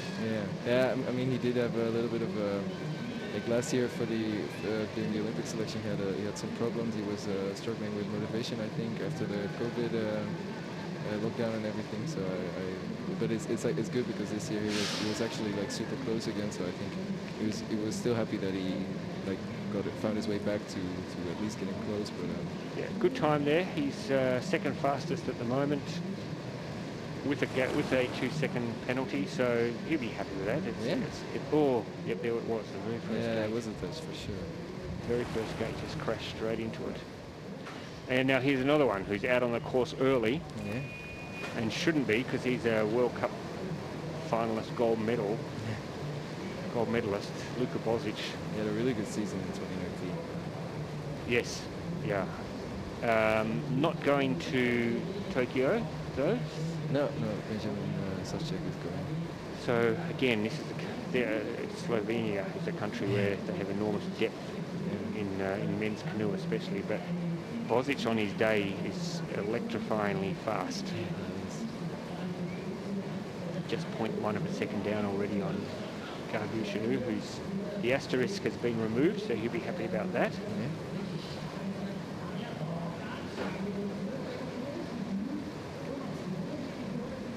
Such a nice style he's paddling. Oh, you see what you've done there? Yeah, I'm sorry, it's my fault. Yes. As soon as you mention it, now he's starting to look crazy. It's all. I should not say this. No. But he did though, up until that moment you said that, he was looking so calm and so in control. And then all of a sudden it just went. But that's what's he got now? He's just got a 1 gate touch, so no need for him to panic too much at this stage. 2 seconds is still within the range of the 2. So. Yep. But I think we're going to need to go under 100, aren't we, to get into that final? I'd say so. Yeah, it's normally really competitive. So I'd say it's going to have to be under 100. It's going to be just over, I think. Yeah, into second, but just over the 100 mark. Don't know that will stand the test of time, but as we always say, it's better to have it out there than. Now this young man, I saw him at the Junior World Championships in 2018. He was so far in front of the rest of the field. It was just mind-boggling, mind-blowing. And then afterwards, the Junior European Championships, he won both K1 and C1. Yeah. He was first in men's, so it's crazy. He's so exciting, and he's a lot like I think he's a lot like Jakob Grigger. You know, when he puts it together and gets it all right, he can be quicker than anyone on the course. Oh yeah, he can. Like, he has a really smooth and nice style. He's not the strongest athlete, but he's like his technique is so nice. Look at that time already. Yeah. He's nearly 2 seconds faster than the reigning Olympic champion at the moment. And still just 21 years of age, so isn't it exciting seeing young guys like this out and showing us what the future holds for us? But it's amazing. Trave from Spain. You will be looking at the medals in Tatsan as well? Yes, absolutely. It's going to be a great pre-Olympic competition there. Oh, I see. That was a little too tight. Yeah, too tight. But he was already more than 2 seconds up, so he had a bit of space to move in. I think Denis' last part was really fast. It was, yeah. Because he did it direct this one. He does it too. No, touch that, yeah, touch that. So a couple of little errors there are going to be costly for him. He might still go under the 100 though, I think. He's going to be very close. No, just over. Yep. So unfortunately for Trave, those 2 touches will be crucial. Without those 2 touches, he would have been the fastest on the course. Yeah. at least we've seen a few runs so far without as many mistakes as the first few. Yep. Yep. They're becoming a little bit more consistent again, so it's nice. Yep. Now, Liam Jagu, who is off to, he's in Po, based in Po as well, isn't he? He's also training in Po, yeah, for sure. Yep, from Ireland, off to Tokyo as well. Yeah, he's had a great result last year at the World Cup in Po. Loved I it. think he won, right? He did, he did. It was his first medal at the World Cup. Great result for Ireland. Yeah. I think he'd be liking the look of the leaderboard at the moment. Thinking there's some opportunities some room there. Yep, for sure. And look at that already quite quick. Yeah, it's nice. And Denis' first part was good stuff. I know they're talking about building a new slalom centre in Dublin, I think they were talking about. Yeah, there's been talk about it for a while. I don't know how far advanced it is now, but certainly they were discussing putting a whitewater centre pretty close to the centre of Dublin, in fact. Oh, okay. Which would be awesome. It would be so exciting. I mean, the Irish have been really stepping up their game in the past few years. There's a switch. Like their team has been getting stronger every year, and I think the team is one of the best ones. It's probably the best. He's going to Tokyo, so yeah. But I think the whole team is actually improving so much. Looking good at the moment on this run. It's all. I shouldn't say anything because you watch, you'll hit this gate now. But clean so far, which is. We've only seen one athlete so far, and that's Denis go through clean. So if he can, I don't think he's going to make it. No, he's second. Oh, he's gone into second. So, but no penalties. He's going to be on the bubble. Yeah, he will be close. But will it be good enough? We'll need to wait and see. There's still a lot of very good athletes to come. Yeah. Now, Zach Loken would have been going now, but he's a DNS. Did not start for Zach, unfortunately. God, he was excited last week. I don't know whether you saw him or heard him amazing. Afterwards. It was amazing also, like, to see him get to the finish and Casey coming up to him and hugging him. It was really an amazing moment. So what happened last week, for those who weren't watching, it was the selection race for the US team. And it was down to Casey Eichfeld and Zach Loken. In the men's C1, and Casey Eichfeld had his run already, and it was quite a good run. His time was pretty good. Yeah. And he had to wait. He waited down the bottom in his boat, and he waited for a long time for Loken to come down. And then Zach Loken came down and posted a quicker time. And as you said, it was so beautiful to see the first person who came up to him and hugged him and congratulated him and looked genuinely happy for him was Casey Eichfeld. Even though for him it meant that he lost his Olympic spot. Yeah. Zach was the one that ended up going, and just to see him go up to him and be so supportive, it was amazing to see, and it's amazing to see him go to the Olympics. So it's and that team camaraderie is that's what makes it so wonderful to see. Yeah. As you said, Casey Eichfeld missed his opportunity to go to a second Olympics, but happy for his teammate. So it is warm. It is warm enough to take your shirt off here, apparently. The last few days have been really hot, haven't they, here in Markkleeberg? It's a good thing there's a lot of water around, but because otherwise everyone... I feel sorry for the judges who have to be on the side all day, and it's hot. It's very hot. So Casey Eichfeld also is a DNS, so the American not starting either. Both the Americans missing out, unfortunately. Not racing today. So our next athlete will be, we're talking about Olympic dreams, Matija Marinic from Croatia. Yeah, he will be looking to finally get an actual medal after last week, which when he actually would have gotten one if he didn't get disqualified. There was a bit of an insane thing happening in the final last week. So frustrating for him. Yeah, well, some good racing so far. There's Alexander Slavkovsky, of course. Talk about people who's... I feel like Alexander Slavkovsky is one of the nicest people in canoeing, and for him the last 4 years or 5 years now, it's just been that one dream of finally getting to Olympics. And again, classic story, any other country in the world, any other country in the world, he would be their Olympic prospect. But of course in Slovakia, when you're up against guys like Mateusz Benus and Michael Markkleeberg, your chances are just so slim, and unfortunately for Slavkovsky, it just fell at the final hurdle and missed his chance. I'm so happy that he's still paddling. I think he's sort of the incentive to paddle at the World Championships in Slovakia later this year is what's keeping him going. I don't know that he'll continue on and try for Paris. But I hope so, because it's crazy that one of the world's best paddlers, I think he's world number 2. He's actually like he's never been to the Olympics. It's insane to me. Like that's and there's another one, Franz Anton. Like he was world champion in just 2017, and now he's also not going. It's brutal. It is really brutal. Here he is, Matej Marinic, who can be anything. He could really blow this field apart today, but as you say, he's always on the edge of your seat when you're watching Matej paddle. He's gone out hard anyway, which is nice. He's going to really have a crack at this time at the moment. What do you think that the paddlers still to come would think that 97 is? I think that would be enough. Yeah, easily. I'd say so.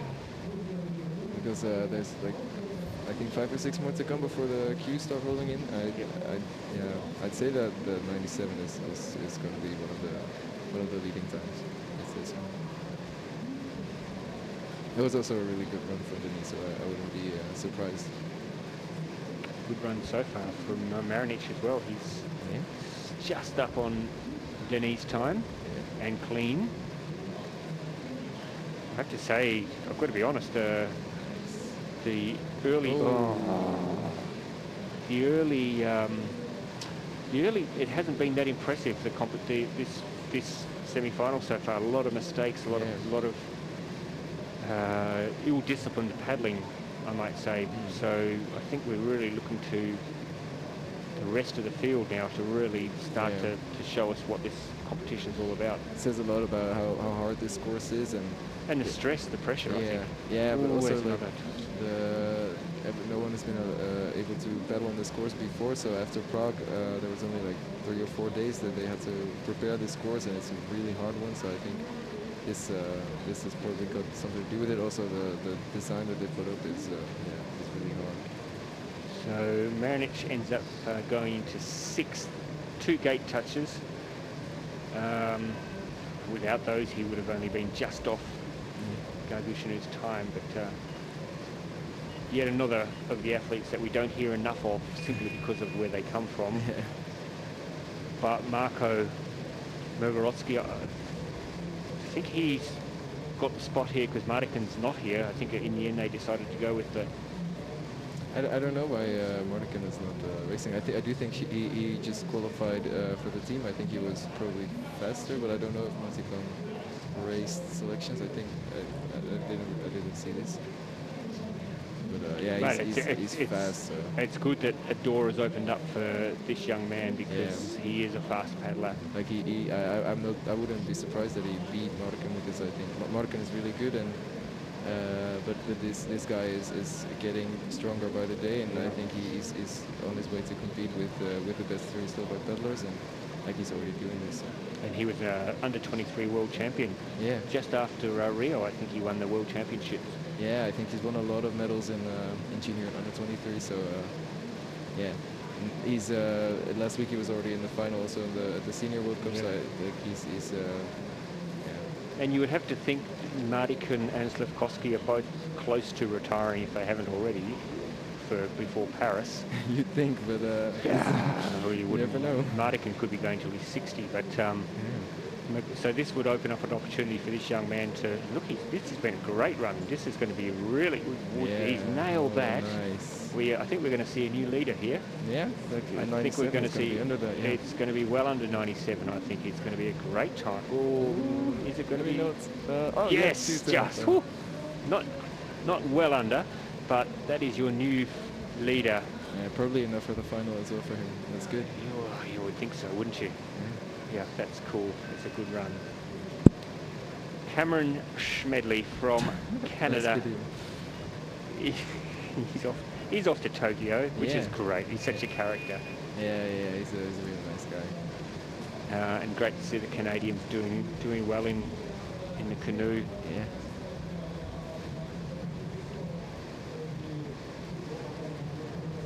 Everything good so far for Cam. He's putting together a very tidy top end of the course. Yeah, it looks smooth, and this course wasn't very smooth. The rest is good so far. It's not your his style. It's not your neatest style to watch, is it? But it's effective. Yeah, exactly. Yeah, exactly. He's not.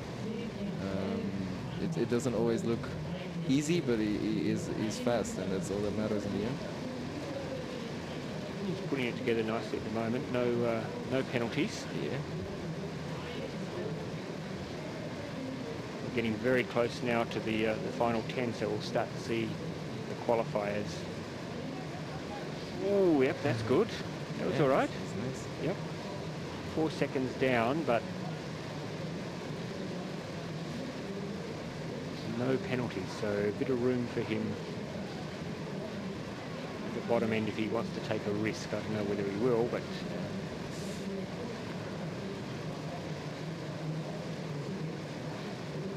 looking pretty good at the moment. It's looking tidy. It's looking compared. Oh, we got caught there a little bit.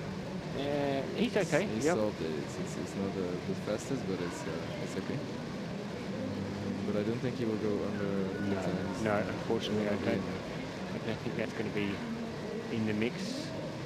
8th at the moment, so a little bit disappointed, but tidy. No penalties for Cameron Smedley, which and he's pedaling well on the lead up to Tokyo, and so it's curious to see what he will do there. Now, what is this young man capable of?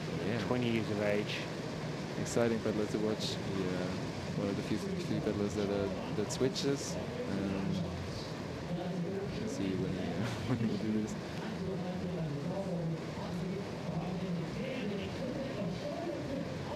Also one of the ones to watch for the World Championships in Dassen in 23, I think. Yeah, he should be in the mix there for a medal, you would think. It's going to be such a strong field though, so much quality in their under 23s, and even in the juniors we're seeing some exciting young paddlers. Yeah. So gate touch on 7, which is put him just behind the split, but there's the switch. That was nice. Yeah, that was very nice. 2 seconds down. It's still all right actually. Yeah. Still be enough for third. Yep. And dropped down a little bit there, a little bit low there, so might have lost a little bit more time. They're looking at the touch now, so maybe it's.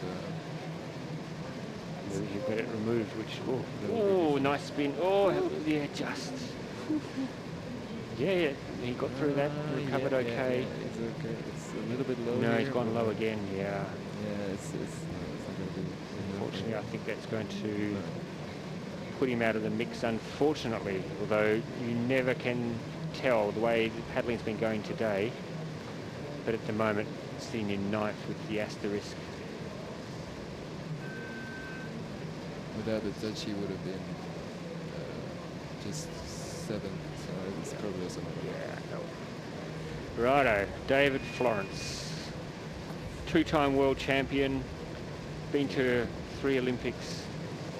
Impressive to see him getting a medal last week. Wasn't it? It was great to see, amazing. in fact. Great to see. Such a strong paddler. And, again, British canoeing, the whole selection for British canoeing was tough. It was such a hard, for both the K1 and the C1, it was just ruthless and good athletes, having to put it on the line every week that they went out on the water. David's pretty quick at the top here, really fast actually. I mean, there's so much experience here that he'd be keeping one eye on the scoreboard and just seeing what everyone else is doing, and would know that he doesn't need to do anything too drastic at the moment to be in the mix, because the times, besides, you know, the top two are pretty achievable. Yeah. He's fast. He's still fast. He's still up on Markkleeberg's time, so everything good so far for him. It just he's doing well. It's nice, very nice. See him like it's great to see that he's still on the top of his game. It's amazing. Looks like he's smiling still. Oh, took him a lot longer than he would have liked to have got through there. Oh, and now a little bit of a capsize. He was going so well up until there. That's going to make it harder. Oh, and then a touch. That's a little bit... He will be so frustrated. Without that last part, he would have easily gotten it. It was going so well up into those last 3 gates. And then it just... All right, now an Olympic silver medalist, off to Tokyo, of course. What more can we say about Matej Vanouche? We know pound for pound he's probably as fast as anyone on the water. Yeah, he's probably he's bid number 4. Yep. So he's definitely one of the best in the game, and he has a good run. He's super fast. He's amazing to watch. Yeah, he's one of the tallest athletes too. Yeah. You know, He's so tall. Yeah, it's interesting. You know, you don't associate this sport with really tall athletes, but he is a very tall man. I mean, in C1 there's I think quite a few tall athletes. I'm not so sure, but yeah. Slavkovsky is quite tall, I suppose. At least they look a lot taller than K1 paddlers because they're higher up in the boat. That's true. That is true. Good so far. Nice and fast. Yeah. Just 1 second down. Could still be enough. And I'll be excited to see how Vanouche goes in Tokyo this year. Can he go one better than he did last in 2016? He's very consistent too. Like he is, yeah. He doesn't miss many finals, does he? No, he almost always is up there, and yeah, that's probably one of the best qualities you can have as a canoe-slalom paddler. He's going to be around the 100. Yeah, wow, that's okay. That's 4th. 4th. So we're going to start to see the cues start to appear very soon. I don't know. He's shaking his head. He doesn't think it's good enough, but I think it might be. It's going to be very interesting.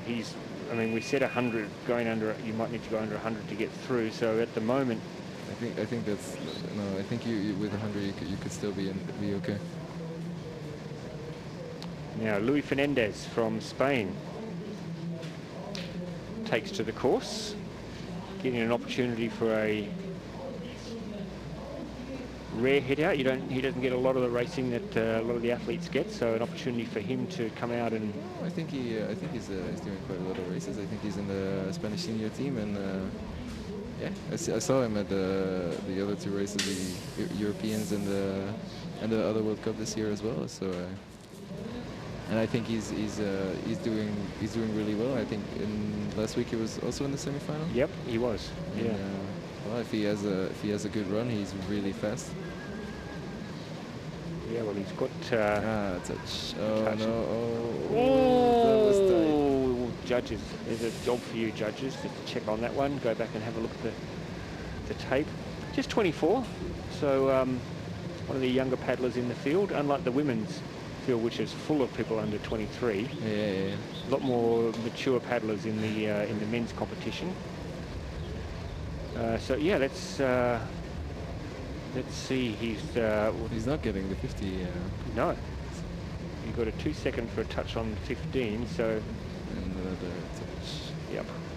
23. Yeah, it's not going to be enough for him. No, his time's blowing out. So maybe you're right. Maybe the Benus time is not going to be too bad at all. But Mirgorowski in the final. Mirgorowski is confirmed, so we have our first confirmed finalist. He'll be happy about that. And the first home paddler. Yes, Timo Trummer from Leipzig. Yeah, I think he's from Leipzig. Trains here.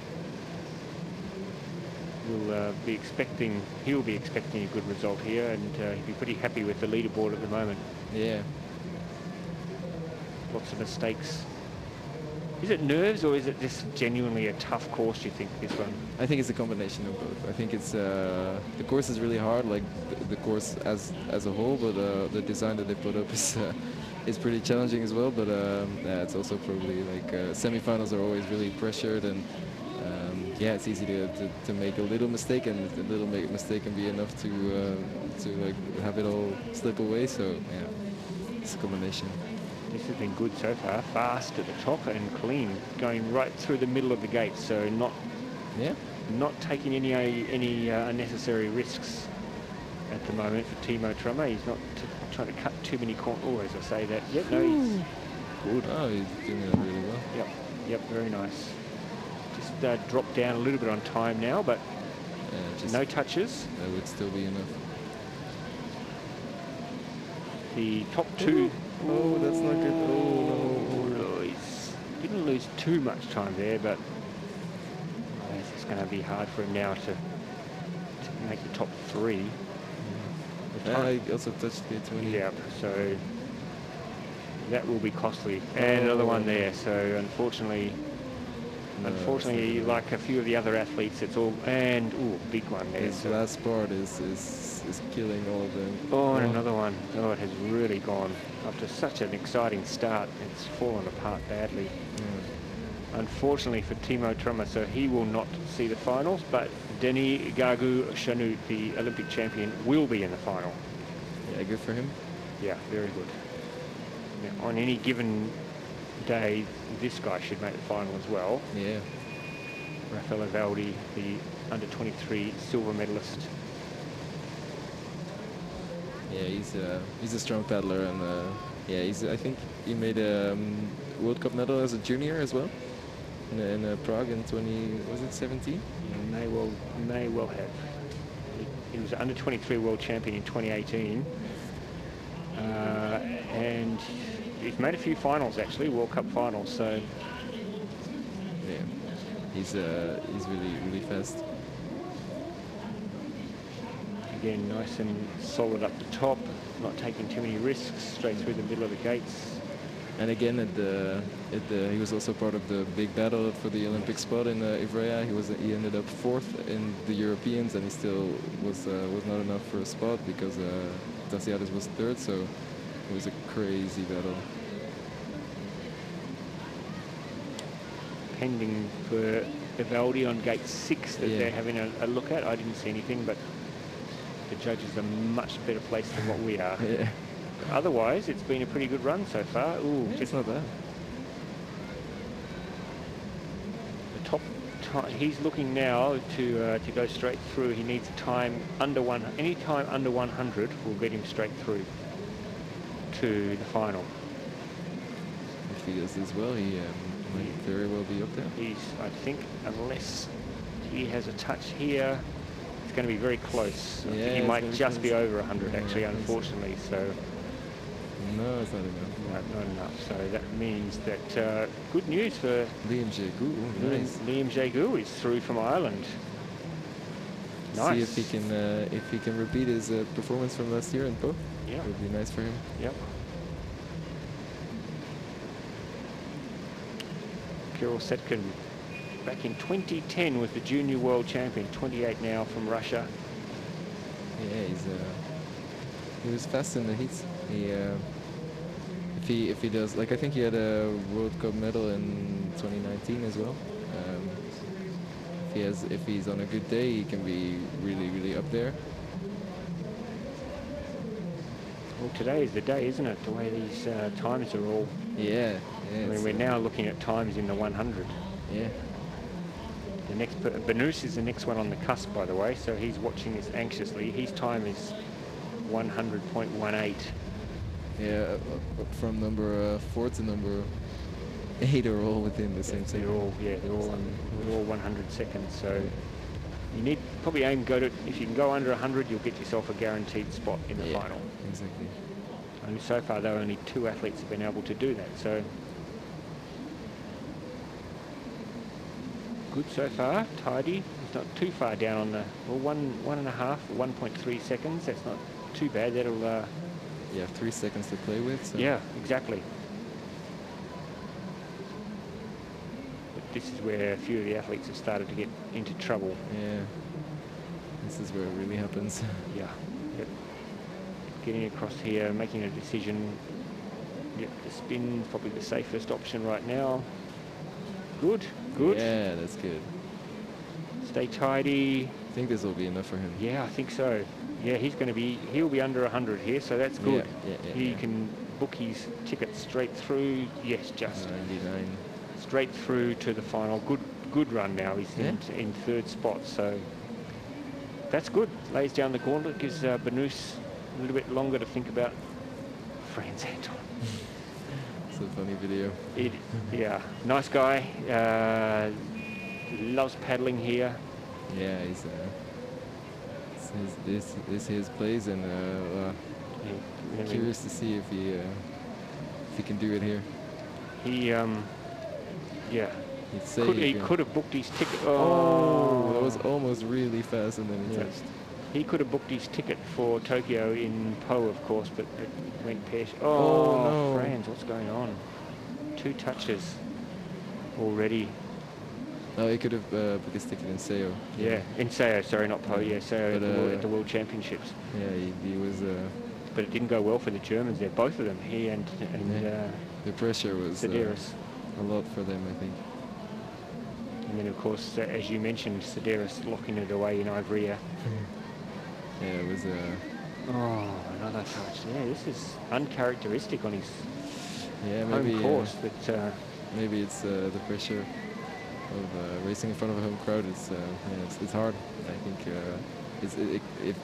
if it works in your favor, it can give you wings and make you really, really fast. But it can also work against you and make you freeze a little bit and touch gates like him.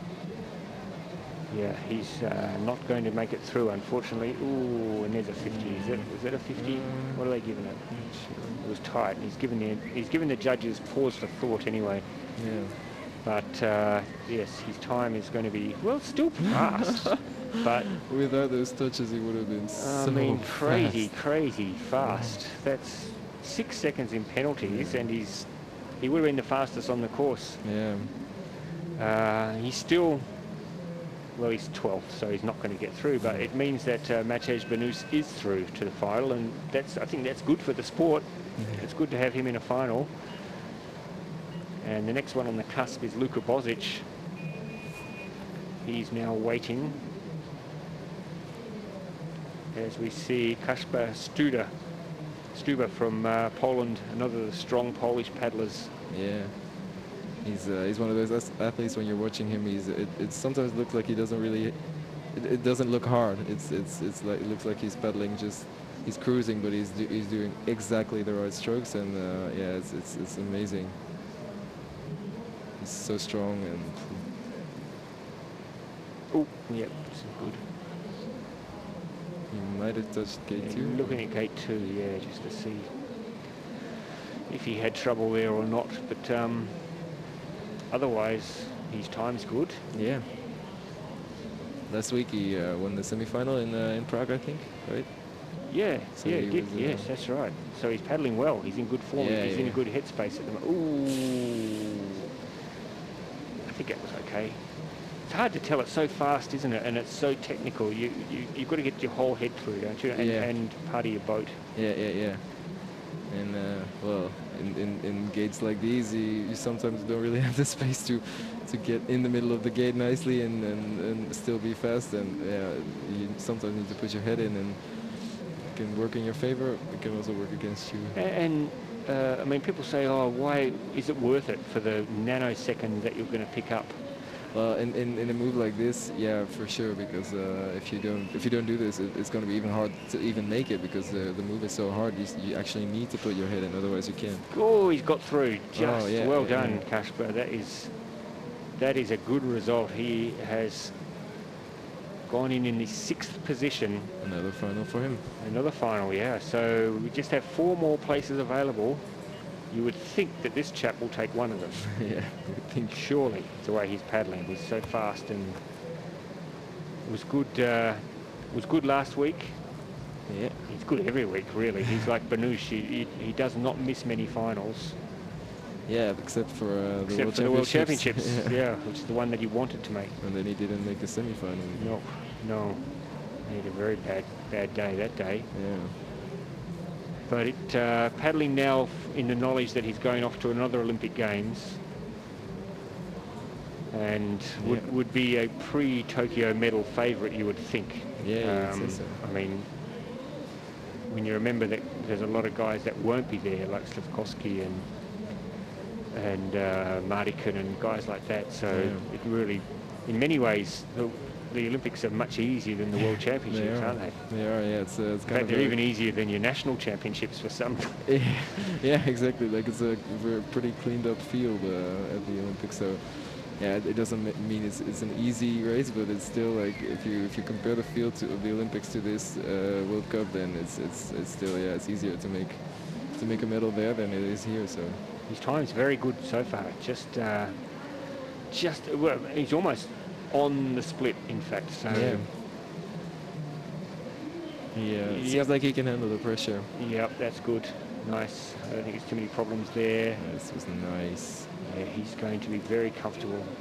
He's going to be under fast. 100. He could be the fastest, actually. We could have a new leader. Yeah, I think we will. I think the way, yes, we have. Wow, Oh, easy. 95. Wow, that is a good run. That was nice. Good run. Yeah. Good bottom of the course.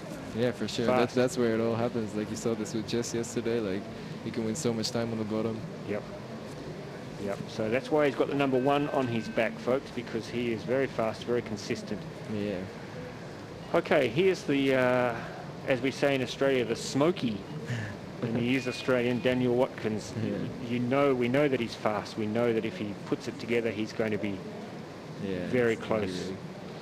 But he's also, like Anna said, a little bit of an all-or-nothing athlete. He is an all-or-nothing athlete, no doubt about it. Lovely guy from Tasmania, in fact. Yeah. In Australia. A lot of people don't even believe that Tasmania is part of Australia, but it is. Good. Well, that was good work. Well done, nice. Daniel. He's and fast. Look at that. You'd expect that from Watkins. Really fast at the top. Just switching all the time. Yep. Of course, as we mentioned, one of the few athletes that does the kayak as well. Yeah. So K1 and C1, but only doing the C1 in the lead up to Tokyo because that is his Olympic sport. He would love to get a final here before Tokyo and just to really go. No, and he's missed the next one. Oh no. Oh, that's so shit. Yeah, that's disappointing for him. He tried to take a little bit too tight of a line. As we said, it's all or nothing, isn't it? Yeah. It is all or nothing for Watkins, but unfortunately, just blew it there.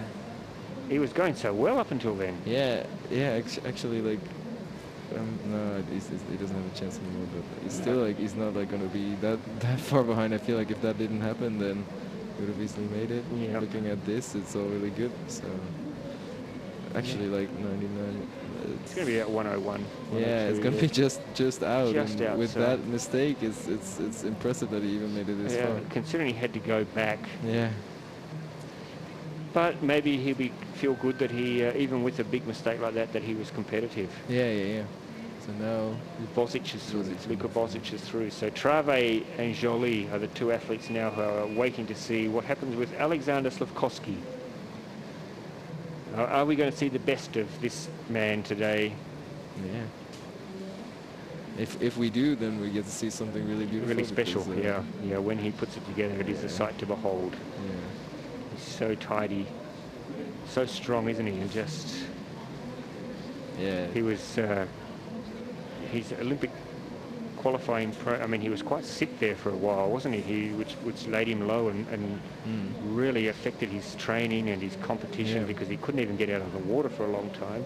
This was pre-COVID, by the way. Yeah. And that really put him back a bit, but then he seemed to get it all back on track again. So, ooh, yep, no, that's fine. He's okay. No, he did touch it. He did touch it? Oh, okay. But even with the touch, he's going okay. He's going very well, in fact. If he keeps it together, he will still make it. Yep. And if anyone will keep it tidy for the bottom half of the course, it'll be Alexander Slavkovsky. Yeah. So experienced, just knows how to deal with the pressure, knows how to get the best out of himself. And look at that, that's very tidy. Yeah. Good, Yeah, excellent. Yeah, he's going to be good. If he can get through here okay, he uses the wall. We haven't seen many athletes do that. No, I'm actually surprised about that. It's, look at that, he's going to be very comfortable. This is a good result easily. for Slavkovsky. No trouble whatsoever. Fourth place and into the final. He'll be happy with that, yep. Little knowing nod there, thinking, okay, first part of the job done, tick the box. So that means the reigning world champion will be out of the final? Yes, indeed.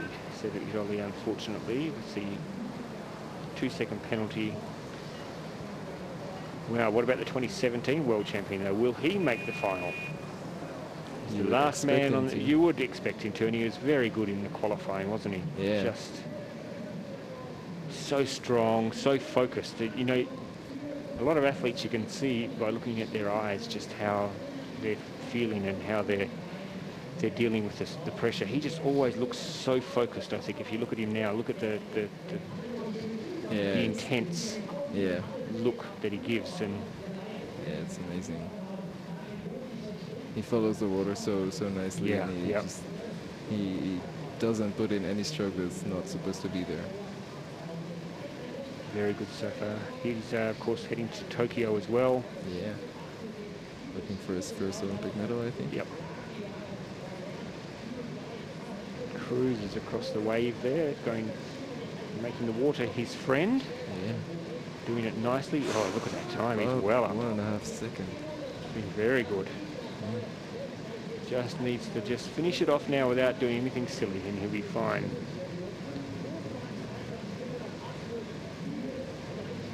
Yeah, everything's good so far. No penalties. Yeah. Hasn't had to take any risks so far. Yeah, that's good. Yeah, decent. Nice. Yeah, very good. In fact, I think, what are we looking at now? 86. Oh, just a little bit long, but it's no problem for him. A little bit stuck there, but he's got plenty of time to deal with. Yeah. He'll go through as maybe seconds fastest. Second place, yeah, good work. Well done. Well done. Well, that looks like a pretty formidable final. Yeah, it does. What do you think? Yeah, they're all there. They're all there. I don't really think a lot of favorites missed out, so yeah, it's going to be exciting to watch. Yeah. What I like about the look of that final is that the very first person on the water will be Luka Bozic. We know that he's so fast, and he could lay down a time. Yeah. Yeah. That will really get the rest of the field. Could really be an advantage to start as the first one to start and not know what anyone else has done and just go in it with a clear mind. It could really be could really work in your favor.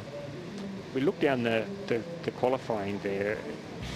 Not a lot. I mean, the top four were all clean. In fact, in of the final 10, 7 of the 10 were all clean. But the rest of it, once you get out of that top 10, gee, there were a lot of mistakes, weren't there? There were a lot of problems. Yeah, there were. Yeah. Did that surprise you?